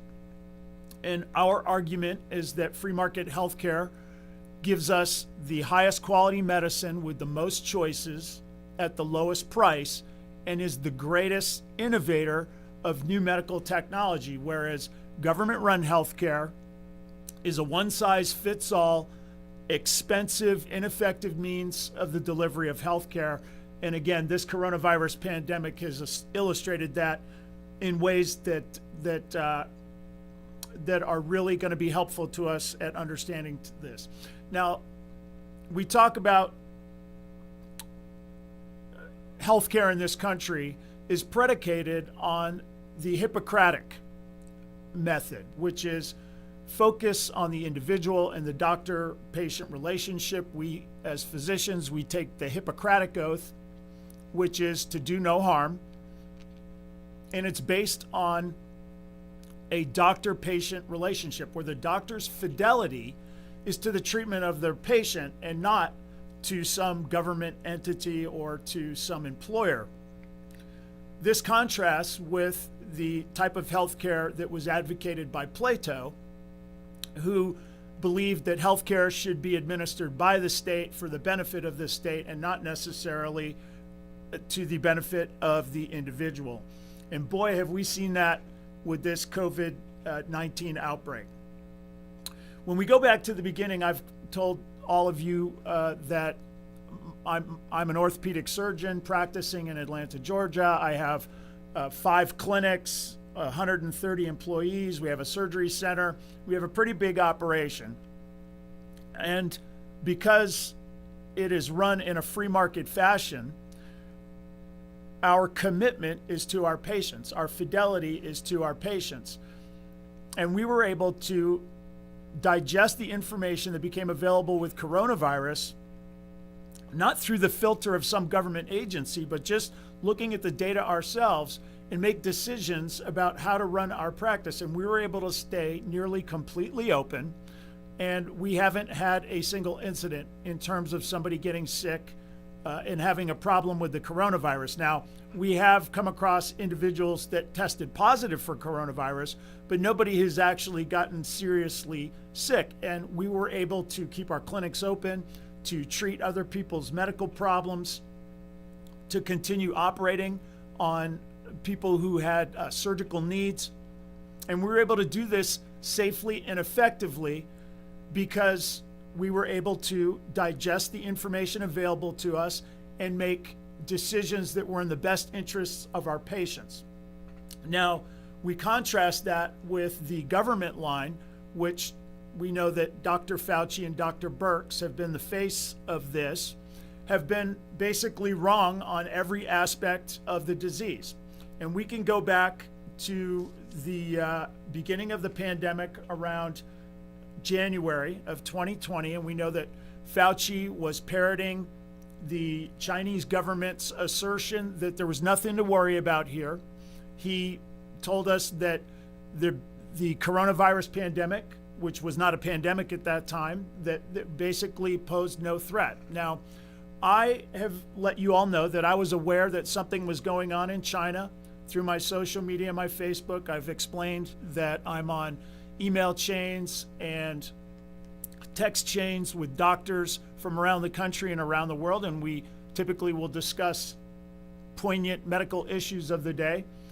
I became aware that something was going on in China, and I didn't really know the extent of it, just that there was a new, what seemed to be virus going around, and I was kind of keeping an eye on it, seeing what was going to happen, and eventually I learned that there was a coronavirus. Now, coronavirus, as we've talked about on this show many times, is a type of virus that makes up the group of viruses that we commonly refer to as the flu season every year.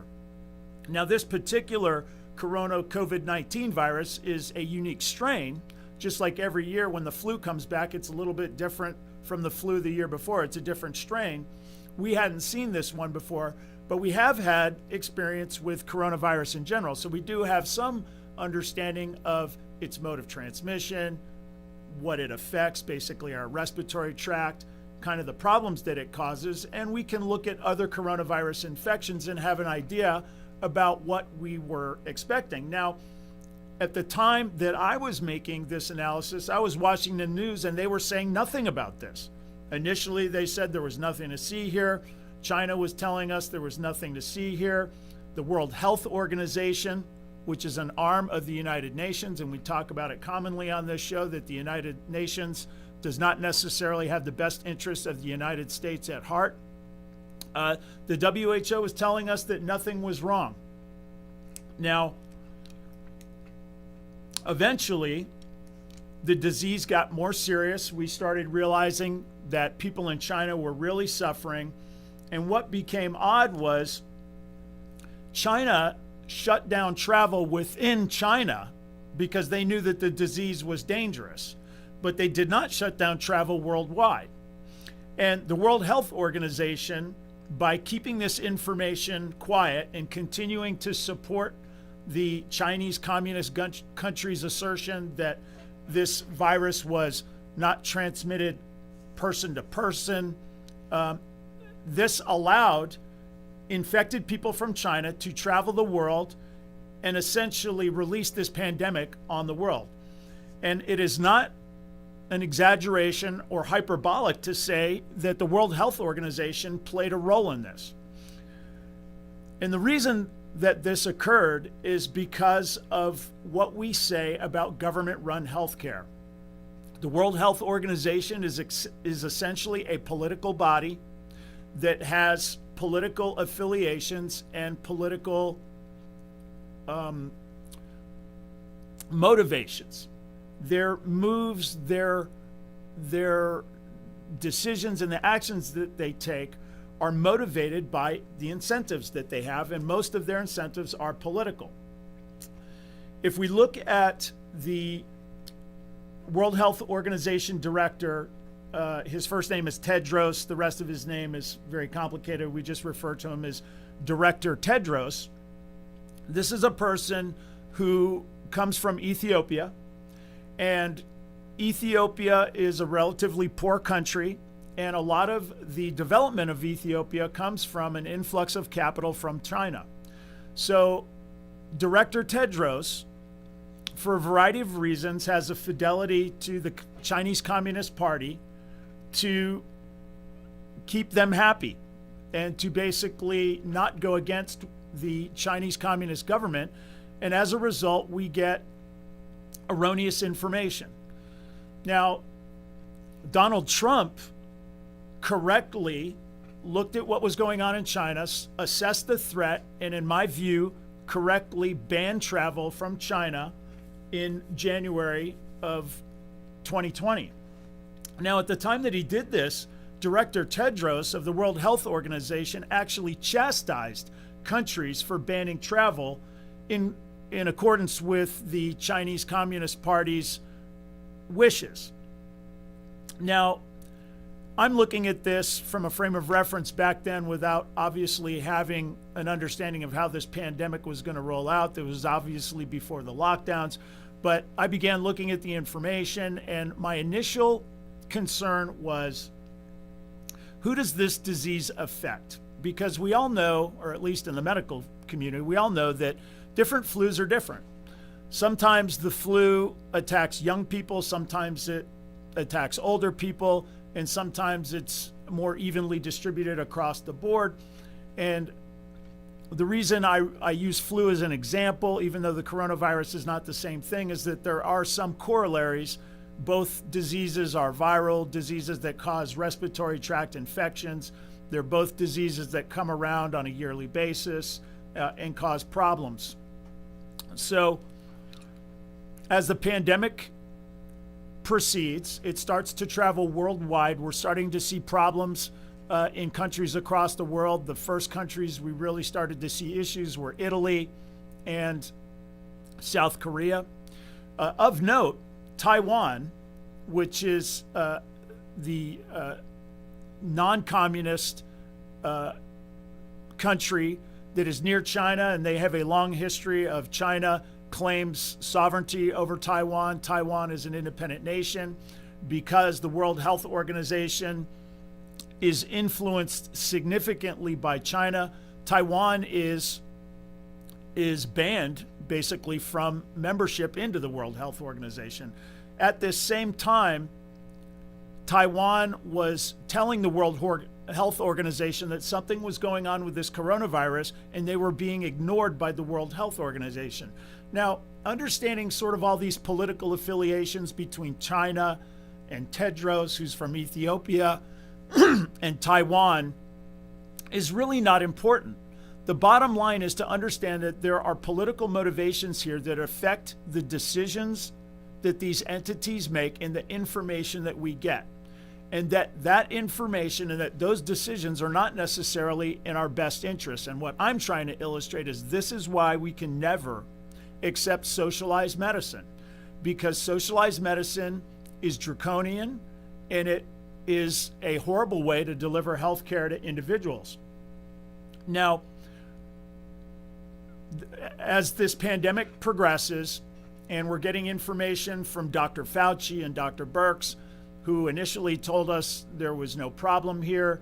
There was actually a tweet that went out by the World Health Organization saying there's no evidence of human-to-human transmission and that there's no need to ban travel. Well, suddenly that changes, right? So the disease gets out. People in Italy are dying at a seemingly high rate. It's spreading to South Korea, to other countries. We're starting to see cases in the United States. And Dr. Fauci comes on TV and tells us that there's absolutely no need for any masks, that it probably won't help. And I basically agreed with his assessment.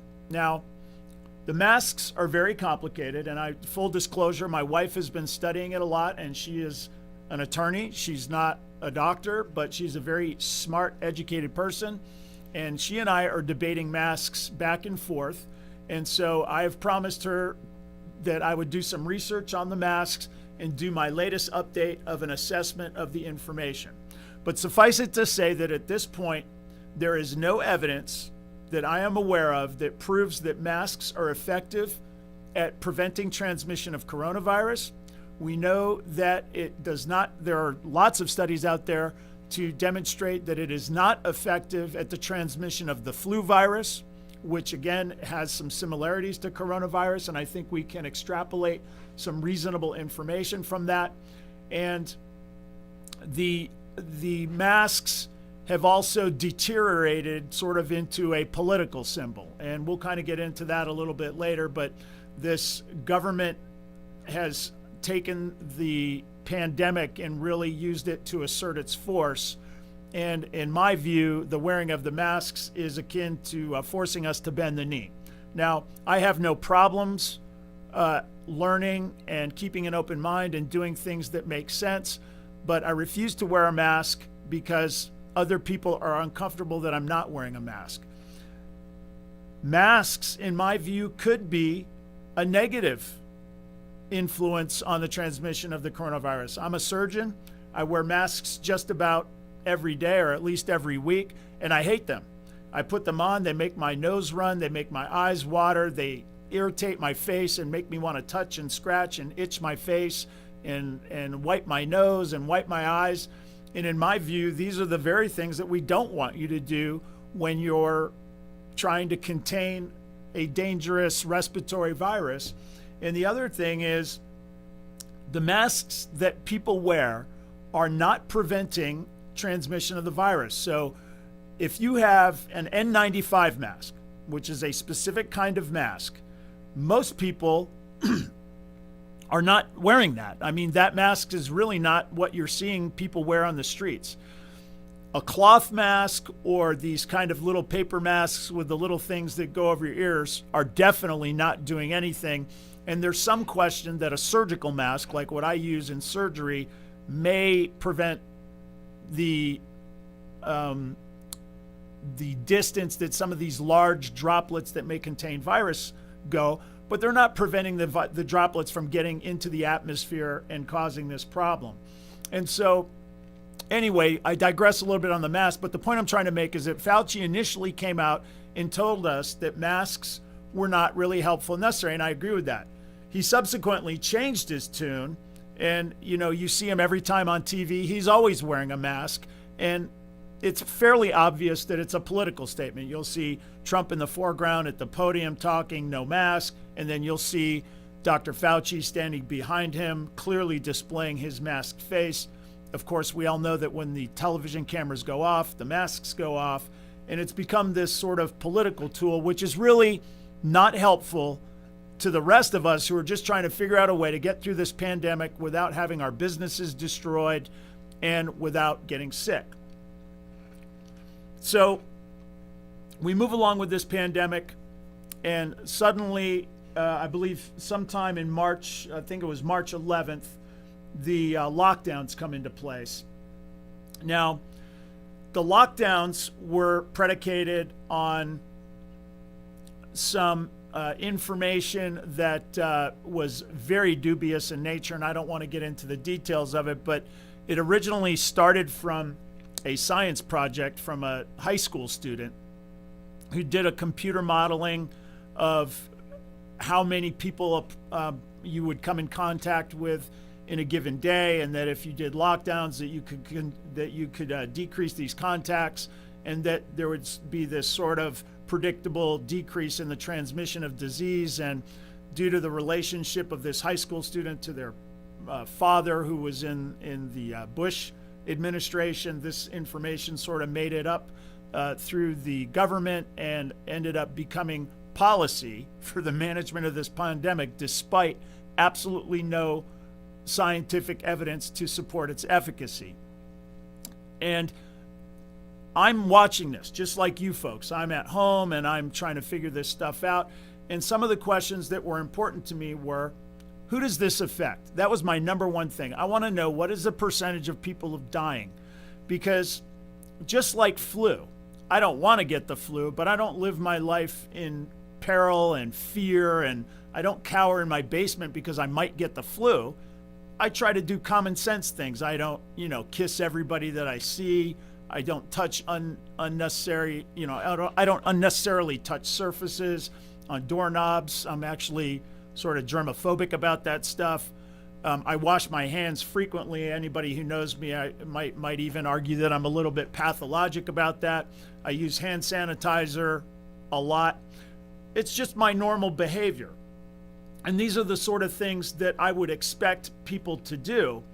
But I never believed that a lockdown was going to solve this kind of problem, and no doctor would. But somehow this became part of the national paradigm, and for whatever reason, Fauci and Brooks, because they have shown themselves to be political animals and not driven by necessarily what's in the best interests of their patients, to give us information that we're genuflecting on. You know, it's not human-to-human transfer. No, it is human-to-human transfer.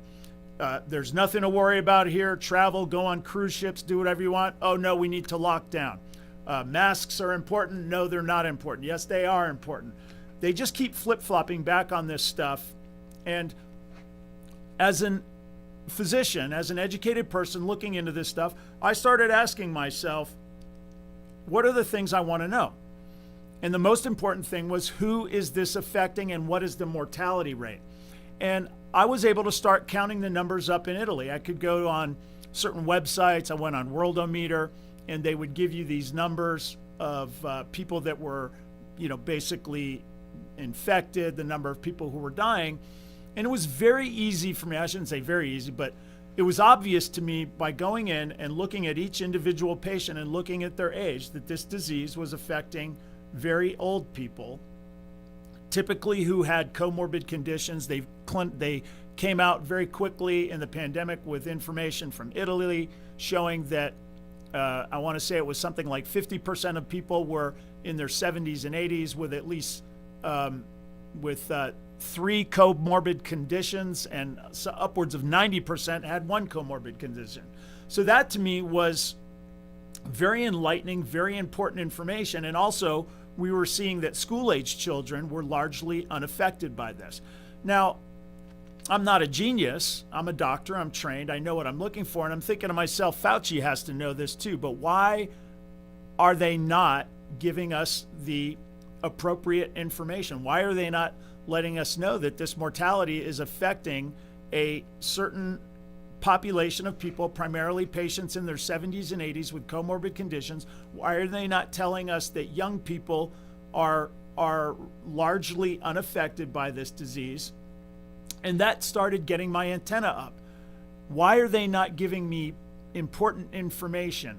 So I started noticing as time went on, I'd get up every morning, I'd go on Worldometer, I'd go on the Georgia Department of Health and some of these websites to kind of keep a track on what's going on. I want to know who's getting infected, how many hospital admissions we're getting, and most of all, who's dying, because really in the end, that's important. That's the important thing.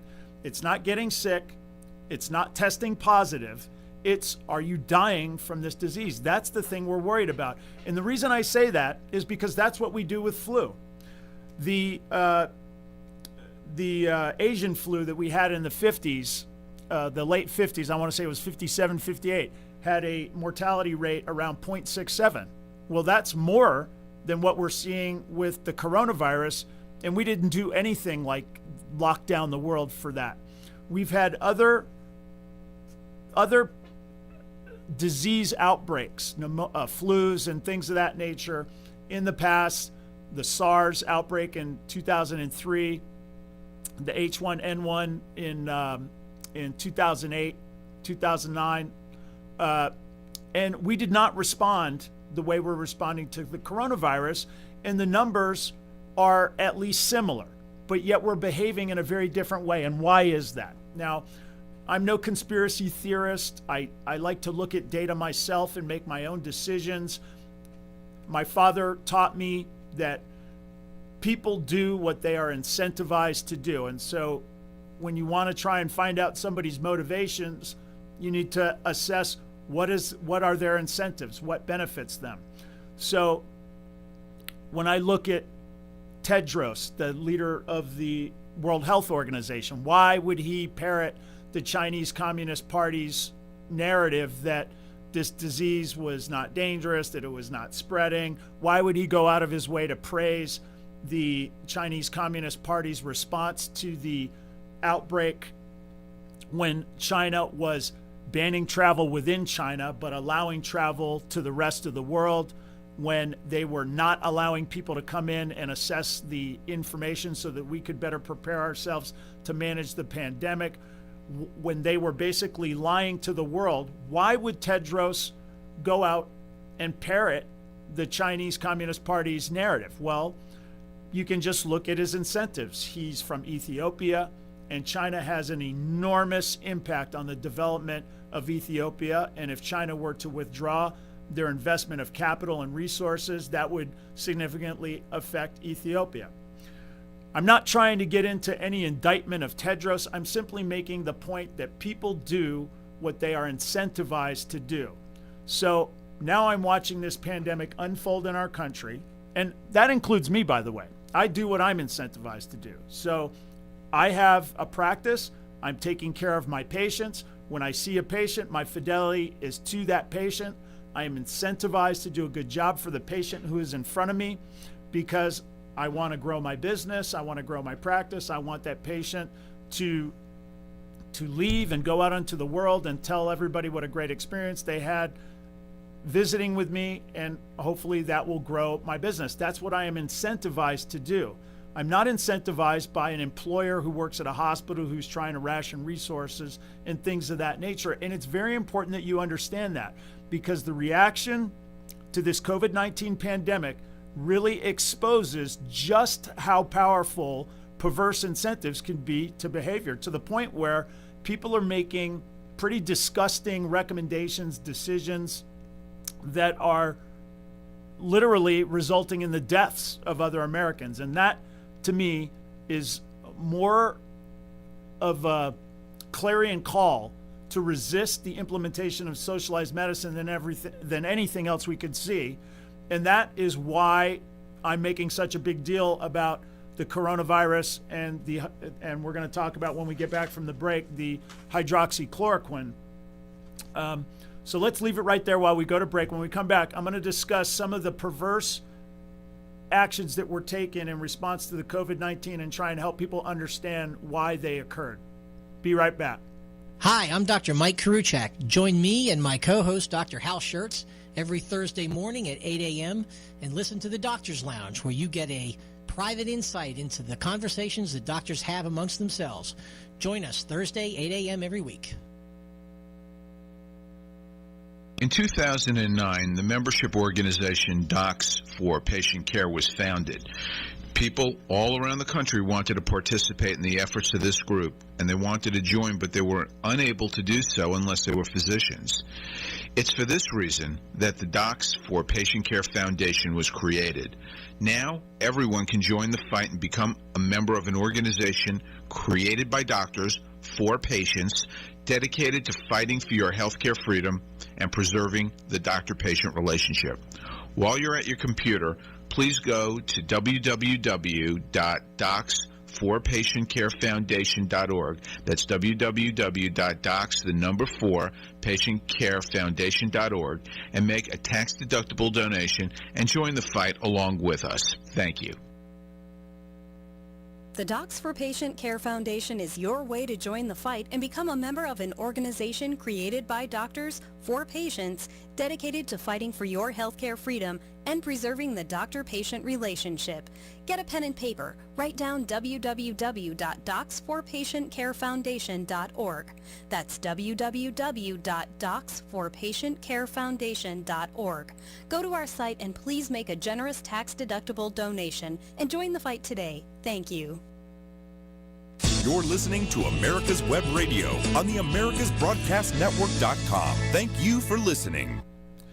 Welcome back, everybody, to the Doctor's Lounge on America's Web Radio. I'm Dr. Scott Barber, and today we're discussing the political influence on the decisions made during the coronavirus pandemic and trying to illustrate how government entities do not have your best interest in heart. They cannot protect you. They will not protect you. And we have to fight for free market medicine reform and oppose socialized medicine at every turn. And nothing illustrates the need to do this greater than our response to the coronavirus pandemic. Now, we were talking before the break about why we got such poor information, and we did get poor information. We talked about it throughout this pandemic. We've been given information from Dr. Birx and Dr. Fauci and other government entities, the World Health Organization, initially telling us that there were going to be 2.2 million American deaths. That was after they told us that there was nothing to see here, there was no threat in China, and that we should continue to travel, and that we should actually go on cruise ships. Nancy Pelosi telling us to go down to Chinatown and have a great time. That was then altered. They originally told us that there was no human-to-human transfer. Then they changed their mind. Yes, there is human-to-human transfer. By the way, me as an individual, a doctor, I called this pandemic exactly right. And by that, I mean, when they were saying do not wear masks, I was kind of like, okay, well, I don't know for sure. When they were saying no human-to-human transfer, I was saying, well, wait a second, we don't know that yet, because I understand the nature of these viruses and how they're transmitted. When they were talking about not banning travel, I was like, wait a second, this is exactly the time to ban travel. They told us that the death toll was going to be enormous. They've been basically misleading us on the mortality rate since day one. I know that the World Health Organization initially said that the mortality rate was 3.4%, and I immediately knew that that was ridiculous. And the reason is they were only evaluating people that were in hospitals that were deathly ill. So of course, if you're only taking the very sickest and calculating the number of deaths, you're going to get a high mortality rate.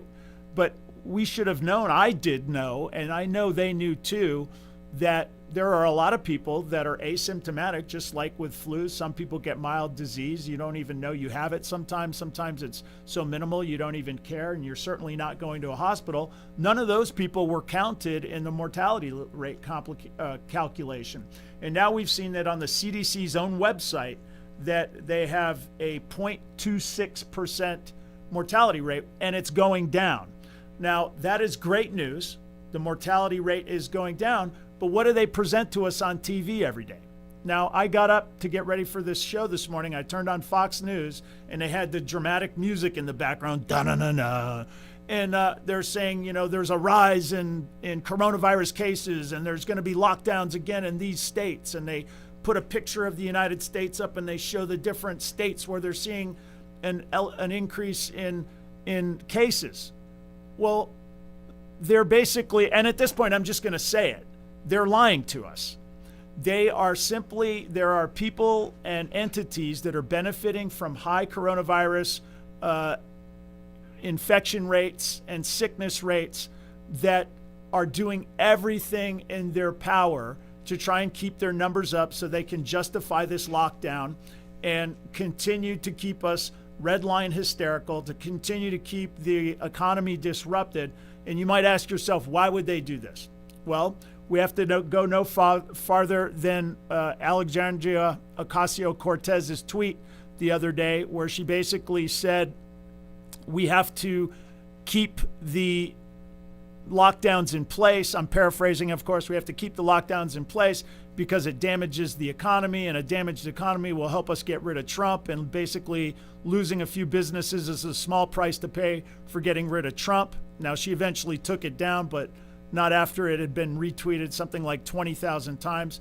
So we know that this is in the mind of people, that a damaged economy is working against the reelection of Donald Trump. And there are people in government that would greatly benefit from seeing Donald Trump leave office. So we know that there are people that don't have our best interests at heart, that are vested in trying to keep these numbers elevated. And because I work on the inside, I can see this. So we've seen that on the CDC's own website that the mortality rate has dropped down to flu levels. Have any of you heard that on the news? Have any of you read that in your newspaper articles? No. They continue to tell us we got new cases, more new cases. Well, the reason we have all these new cases is because the testing has become available. And by the way, the testing is another evidence of the corruption. If you're not sick, then why do you need to be tested? We are not quarantining people for this disease. It's not the kind of disease that you quarantine people for. We quarantine sick people. So getting tested if you're not sick is irrelevant. And if you're mildly sick, most of us, when I get the flu, I don't go running to the hospital every time. If I'm not that sick, I just stay away from people. I wash my hands. I take some cold medicine. I rest up, drink fluids. And then when it passes, I get back with my life. Well, that's what we should be doing with this coronavirus, but we're not. We're counting numbers. We're getting red line hysterical. You know, they're talking about maybe the second wave is coming, and they're talking about doing lockdowns again. Why in the world are they doing this? Well, we already talked about one of the examples, or one of the reasons is lockdown negatively impacts Donald Trump because it damages our economy. But this is not supported by the numbers, and I know this. I have privileges at most of the hospitals in the Atlanta area, and because of that, I get emails that give me information about the numbers of admissions and ICU beds and all of these things, and I've been able to count them up myself. And one of the things interesting that I've noted is anytime they want me to see, whether it's the Georgia Department of Health or whatever, the CDC website, if they want me to see that the number of cases is increasing, they'll have these bar charts and these pie charts that make it really easy to see, wow, there's an increased number of diagnosed cases. But anything that would reveal that the people who are affected are primarily people in their 70s and 80s with these comorbid conditions, they never have pie charts or bar graphs to easily illustrate that. I have to go in myself and I have to count up the patients against the total. I have to go in and look at all their ages. I basically have to do a ton of work to say to myself, well, wait a second. The most important thing, they're bearing the lead here, is there's a vulnerable population, primarily patients in their 70s and 80s with comorbid conditions. What they're keeping from us is information like the fact that we now know that a supermajority of people, a supermajority, meaning in many of these studies, 60%, 70%, 80%, even 90% of people are either asymptomatic or so minimally symptomatic that they don't even really know they're sick. Well, why is this important? Well, it's because it illustrates that the vast majority of people are not getting sick and dying from this disease. The vast majority of us are safe from this disease. And why are they not telling us this? We have evidence from prison systems where they've looked at prisons and noted that a supermajority of people are either asymptomatic or minimally symptomatic. They've looked at nursing homes, even nursing homes where we have the vulnerable people, older and sicker people, even they show 60% of those patients are either asymptomatic or minimally symptomatic with this coronavirus. We've seen it on cruise ships. We've seen it in some of these military ships. We have data that demonstrates to us that the vast majority of people who contract this disease are asymptomatic or minimally symptomatic. And the reason that this is important is it tells us that quarantine is not effective. The disease is out and it is spreading, and the ultimate endpoint of this is that the disease will spread throughout the population and we will eventually achieve herd immunity, and it's going to behave like every other virus we've ever dealt with throughout humanity. It will become less of an issue. Now, the powers that be are not letting this happen. They're not even telling us about herd immunity. Now, I was getting ready to do a radio spot discussing the coronavirus pandemic a week or two ago, and so I decided to go and brush up on my herd immunity that I learned in medical school. And so I went into my office and I got out my textbook and I started reading about it to understand it. And for those of you who are not familiar with herd immunity, basically what happens with a virus like this is it spreads throughout the population. A lot of people are immune to the disease, and a lot of people basically don't really get sick with this disease. But once they get sick and they develop antibodies to the disease, they become immune to it. Those people being immune sort of act as blockers so that somebody who's sick can't really get to me, because there's too many people that are immune that won't allow the virus to propagate from person to person. We refer to this as herd immunity. And herd immunity is different for different viruses depending on how infectious the virus is and how resistant certain people are to it. And so sometimes herd immunity might happen when 70% of the people are infected, meaning when 70% of the people are infected, that's enough blocking to prevent the other 30% from contracting the disease.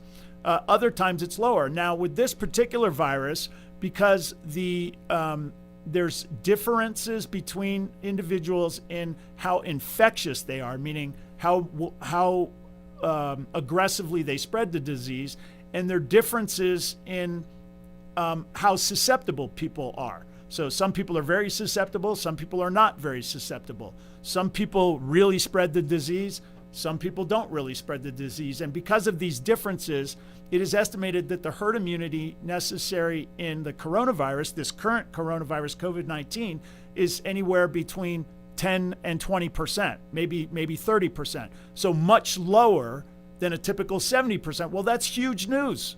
That's amazing. That's great news. Have you guys heard it anywhere? Am I probably the first person to tell you about this? Why is that? Why is there such an effort to prevent you guys from getting any good news? All you get is red line hysterical. I turn the news on for 5 seconds. My wife and I have basically stopped watching the news. I just can't take it anymore. But I got up this morning to get ready for this show. I turned it on 5 seconds and it's telling me the second wave is coming. There's new cases in all these different states. And I'm thinking to myself, oh boy, what are we going to do? Folks, you have to understand the government is not interested in taking care of you. It's interested in taking care of itself. They're not giving you any information. By the way, I was reading my textbook preparing for that radio spot on herd immunity, and I was brushing up, and then I thought to myself, well, let me go on Google. I want to Google some current information on herd immunity, and all I got was page after page after page after page on Google saying herd immunity won't work, herd immunity won't work, herd immunity won't work, it won't work, it won't work, it won't work, it won't work. This is a joke. It absolutely will work.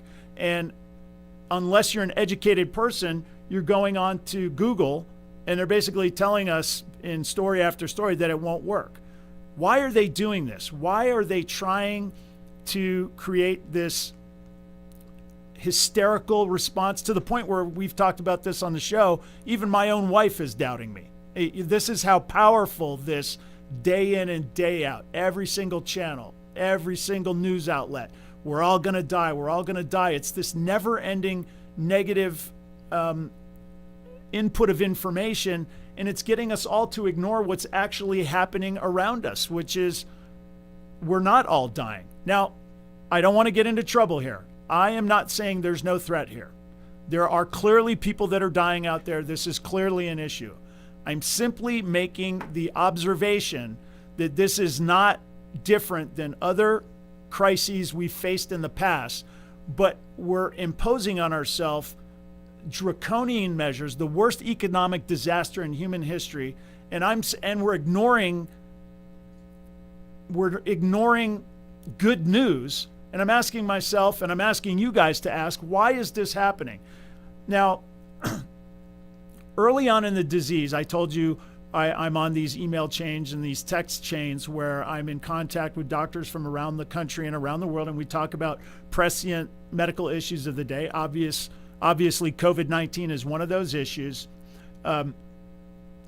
The use of hydroxychloroquine came up. Now, listen, hydroxychloroquine to treat coronaviruses has been done in the past. I mean, it's not like this is brand new. It's new related to this coronavirus, and because this coronavirus is a new strain. But the idea of using hydroxychloroquine to treat coronaviruses has been studied and talked about in the past. Have any of you ever heard that before? Now, the people who are in the field, doctors that I know in the field, are telling me hydroxychloroquine in low doses, given early, before you need respiratory support, seems to be effective at treating this disease. Now, people immediately came out, oh, it's anecdotal evidence, and Fauci and Brooks, well, I don't know, there's some dangerous side effects. And I'm thinking to myself, that's odd. I mean, when I prescribe Tylenol, if somebody has liver disease or something like that, I'll mention that there's side effects, but it's not the kind of medicine that I really go nuts about, man, this is so dangerous. Well, hydroxychloroquine is a similar medicine. It's been around, FDA approved, for around 60 or 70 years. It's used in commonly frail people with rheumatoid arthritis and lupus disease, and it's a safe drug that has been used and FDA approved for a very long time. Now, the media immediately, no, it won't work. And I'm thinking, well, that's not what I'm reading. When I go and do my research, there are lots of studies that suggest it could be effective. But the media, no, it's not working. Well, people in the field, doctors, were ignoring that information and still prescribing it. And then all of a sudden they came out and said, no, it's not only not effective, it's dangerous. And I thought to myself, what are you talking about? This medicine's been around for 60, 70 years. FDA approved it, is not dangerous. But I turn on the TV and everywhere you look, it's dangerous, heart issues and retinal issues. So I go and I talk to my cardiology friends. What's going on? It's like, oh, I've never seen a case in my life. Supposedly, it prolongs the QT interval. It's inside baseball stuff for cardiology. The bottom line is my cardiology friends are like, hydroxychloroquine, I've never seen a negative side effect from hydroxychloroquine. I go to my ophthalmology doctor friends, and they say the retinal damage they're talking about is only in very high doses for a very long period of time and is really rare anyway. Well, we're not going to give very high doses for a very long time in patients with coronavirus. So why do they keep talking about it? Well, they then came out with an article in the VA, a study in the VA that said not only is hydroxychloroquine ineffective at the treating of coronavirus, it's killing veterans. And I thought to myself, okay, this is ridiculous. What is happening here? So I go and I grab the VA study. I read the first paragraph and then the first line of the second paragraph. This is not a rigorous study. Now, for those of you who listen to the show and know me, I've been aware for a very long time that the media will produce and propagate fake studies all the time to achieve political ends. And that is exactly what's happening with this hydroxychloroquine. This VA study was put out there because simply telling us doctors that hydroxychloroquine was ineffective and then just telling us it was dangerous was not stopping us from prescribing the medication. And so they had to come out with a study that said it was killing patients. Now, people like me, people that I'm in contact with on these text and email chains, immediately discredited that VA study. It was such a poor study and it was easily discredited and it did not gain any traction. I thought that maybe it would be done there, but no. A little while later, The Lancet, a respected medical journal, came out and said not only is hydroxychloroquine ineffective, it's killing patients. And I thought to myself, are you kidding me? And my doctor friends on these text chains and email chains were just rolling our eyes. And really, it's quite incredulous. What in the world are you talking about? This medicine, FDA approved for 60, 70 years, in common use, not dangerous at all. All of a sudden, because Trump said it could be effective, they were preventing us from using it. They came out with the VA study. We didn't buy it. We were still prescribing it. So then they came out with the Lancet study. Now, listen, as an individual doctor, as somebody who understood, I still knew, I didn't care that it was in the Lancet. I knew that there were political forces at work here and something sneaky and dirty and nefarious was going on here. Well, not long after now listen, so the study got published in the Lancet. The FDA immediately came out saying we're banning use. And I'm thinking, my doctor friends and I are thinking, the FDA can't ban use of hydroxychloroquine. They don't have the authority to prevent a doctor from prescribing an FDA approved medication, period, or off label. Now, people might not realize, but medications get approved for FDA use in one area, and then as we start to use it, we notice it works in other areas, and so we prescribe medicines off-label all the time. In fact, as many as 40 to 60% of all medicine prescriptions are off-label use. That's not unusual, and it's not bad medicine. It's how it's done. They immediately came out and said that we can't be using this hydroxychloroquine off-label. And I'm thinking to myself, that's ridiculous. Once a medicine is FDA approved, as long as I have the consent of my patient, and as long as I use the medication in the dosages recommended, the intervals recommended, meaning if it's twice a day or 3 times a day, and for the duration, if they say, you can only use it for a couple months or whatever, as long as I prescribe it within those parameters and I have the consent of my patient, it doesn't matter the indication. They do not have the power to prevent doctors from prescribing the medicine. You might ask yourself, well, Scott, how did they prevent it then if they don't have that power? Well, that's an excellent question.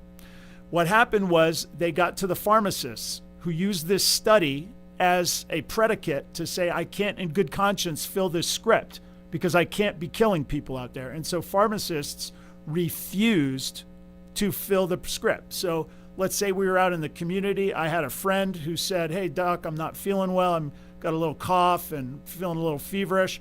I might have said, okay, let me call you in some hydroxychloroquine and zinc, and possibly some azithromycin.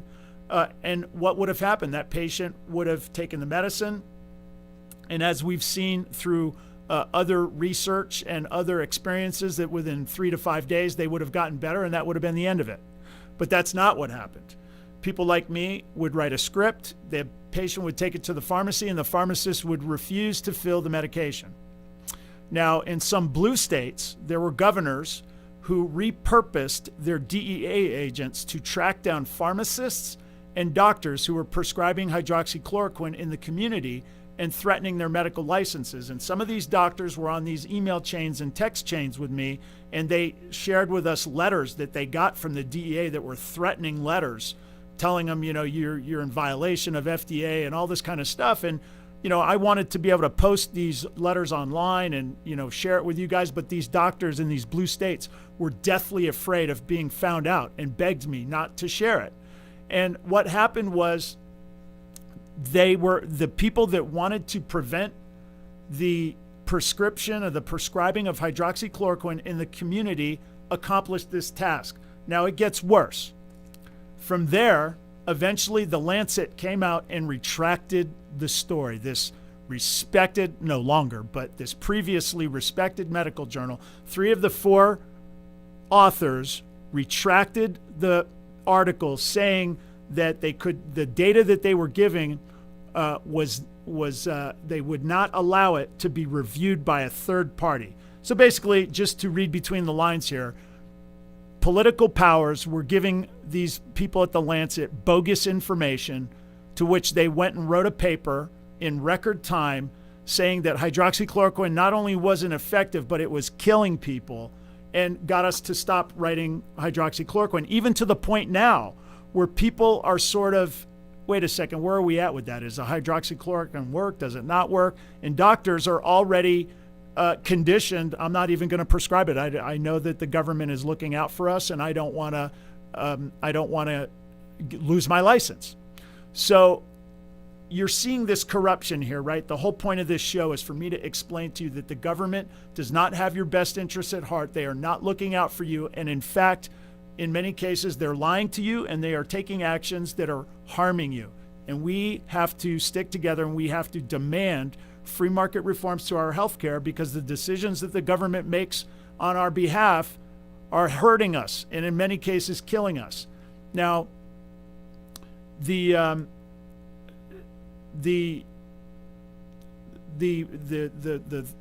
efforts that have gone in to prevent us, these bogus studies and the FDA, all this stuff has been repealed. So I could write hydroxychloroquine now, but the damage has already been done. And you might ask yourself, why would they want to prevent a community doctor from writing hydroxychloroquine and zinc? By the way, whenever they talk about hydroxychloroquine and these studies, they always talk about it in patients with end-stage disease. So they're already incredibly sick, and they never talk about it in conjunction with zinc, which is critical in the effectiveness of hydroxychloroquine. And you need to understand, this is not by accident. They want to discredit the medicine. They are invested in discrediting hydroxychloroquine because it hurts Trump, and because it will prevent people from being diagnosed with hydroxychloroquine at a hospital, which will prevent them from being able to keep those numbers up so that they can justify this lockdown, which is going to tank the economy and, in their view, hopefully prevent Donald Trump from being elected. In the meantime, as a physician, I'm thinking to myself, all I want to do is take care of my patients. Why is the government not only not assisting me by at least giving me accurate information, they're going out of their way to preventing me from doing what I was trained to do to take care of my patients. This is disgusting and it's really frightening. And it's why I've dedicated an entire show to talk to you guys about what's going on, to open your eyes and help you understand. When they talk about, oh, every person deserves health care, it's a right for everybody, they're lying to you. They want total control over the resources of healthcare and the power that healthcare has over us, and they want to be able to force us to wear a mask or to keep our our schools down, or to keep our jobs shut down so that we lose our businesses and become more dependent on the government. This is obvious. This is without equivocation. Listen, I'm not a conspiracy theorist kind of guy. I mean, I understand the human mind. I understand how human behavior, we do what we're incentivized to do. And I'm simply making observations that any of us can make. And it doesn't matter what the rationale is. They came out with a VA study. It was a lie. The Lancet came out with a study discrediting hydroxychloroquine. It was a lie. The FDA came out saying that hydroxychloroquine was dangerous and killing patients, and provided a predicate to prevent the wheels of medicine from prescribing you hydroxychloroquine.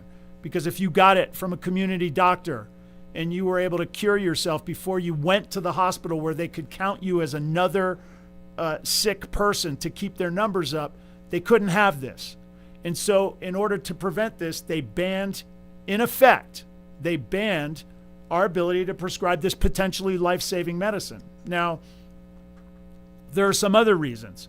There's a medicine called remdesivir, which is a medicine that is originally designed for Ebola. They want to repurpose it for the coronavirus. They're also working on vaccines, right?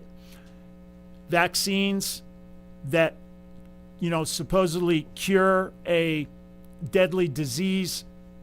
We can take government tax money and redistribute it to companies who provide this disease, and there are people that will make a financial gain from that. They don't want to have this potential windfall of revenue interrupted by a medicine that is generic and cheap and already on the market. And so there are people that have a vested interest with blocking this. So everything we need to know about why we oppose socialized medicine, illustrated in our evaluation of the COVID-19 pandemic and our reaction to it. From what I'm telling you as a doctor who understands the medicine, it is time to send our kids back to school. They have a risk of dying from coronavirus that is less than the flu. It is time for young, healthy people to get back to their businesses and get back to work. We protect the vulnerable people, those people in their 70s and 80s with comorbid conditions. Those are the people that we want to protect. I'm going to see you guys next time on another episode of the Doctor's Lounge. I'm Dr. Scott Barber on America's Web Radio, and we are supported by Docs for Patient Care. Let's stay in this fight to fight for free market solutions to healthcare and oppose socialized medicine. Have a great day, everybody. Hi, I'm Dr. Mike Karuchak.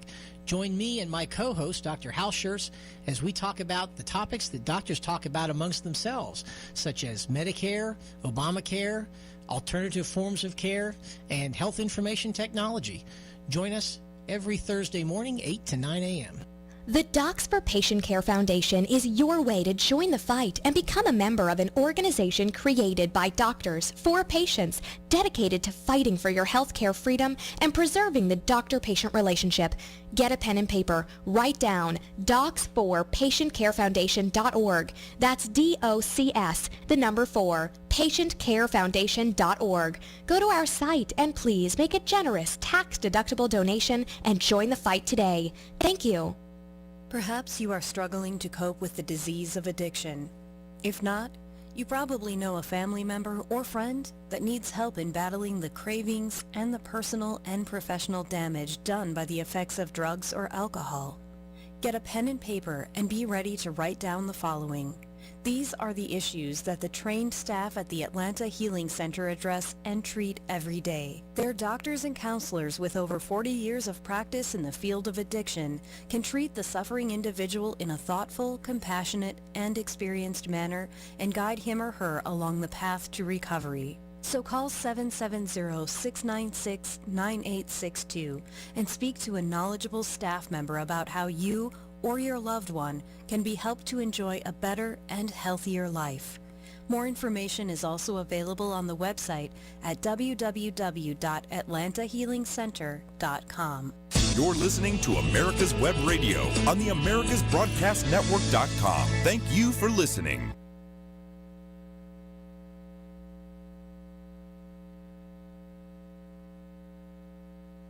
You're listening to America's Web Radio on the AmericasBroadcastNetwork.com. Thank you for listening. Good afternoon and welcome to America's Web Radio, and we're talking special agent in charge this afternoon, and want to remind everybody that why is this thing running in the background? What is running in the background? I don't even know what's running in the background. Oh well. Okay, back to the fact that we're starting our show Agent in Charge, and we have Mr. Bostic on the line, who is our agent in charge, and he's got some a very interesting topic today, which we're all aware of in our own manner, one way or the other, and it's a very interesting and scary situation that we're living through right now. As I've mentioned to many people, and Sandy and I've talked about it as well, this didn't start yesterday. This started years and years and years ago as we became a threat to the communists, and they realized this threat after World War II. They had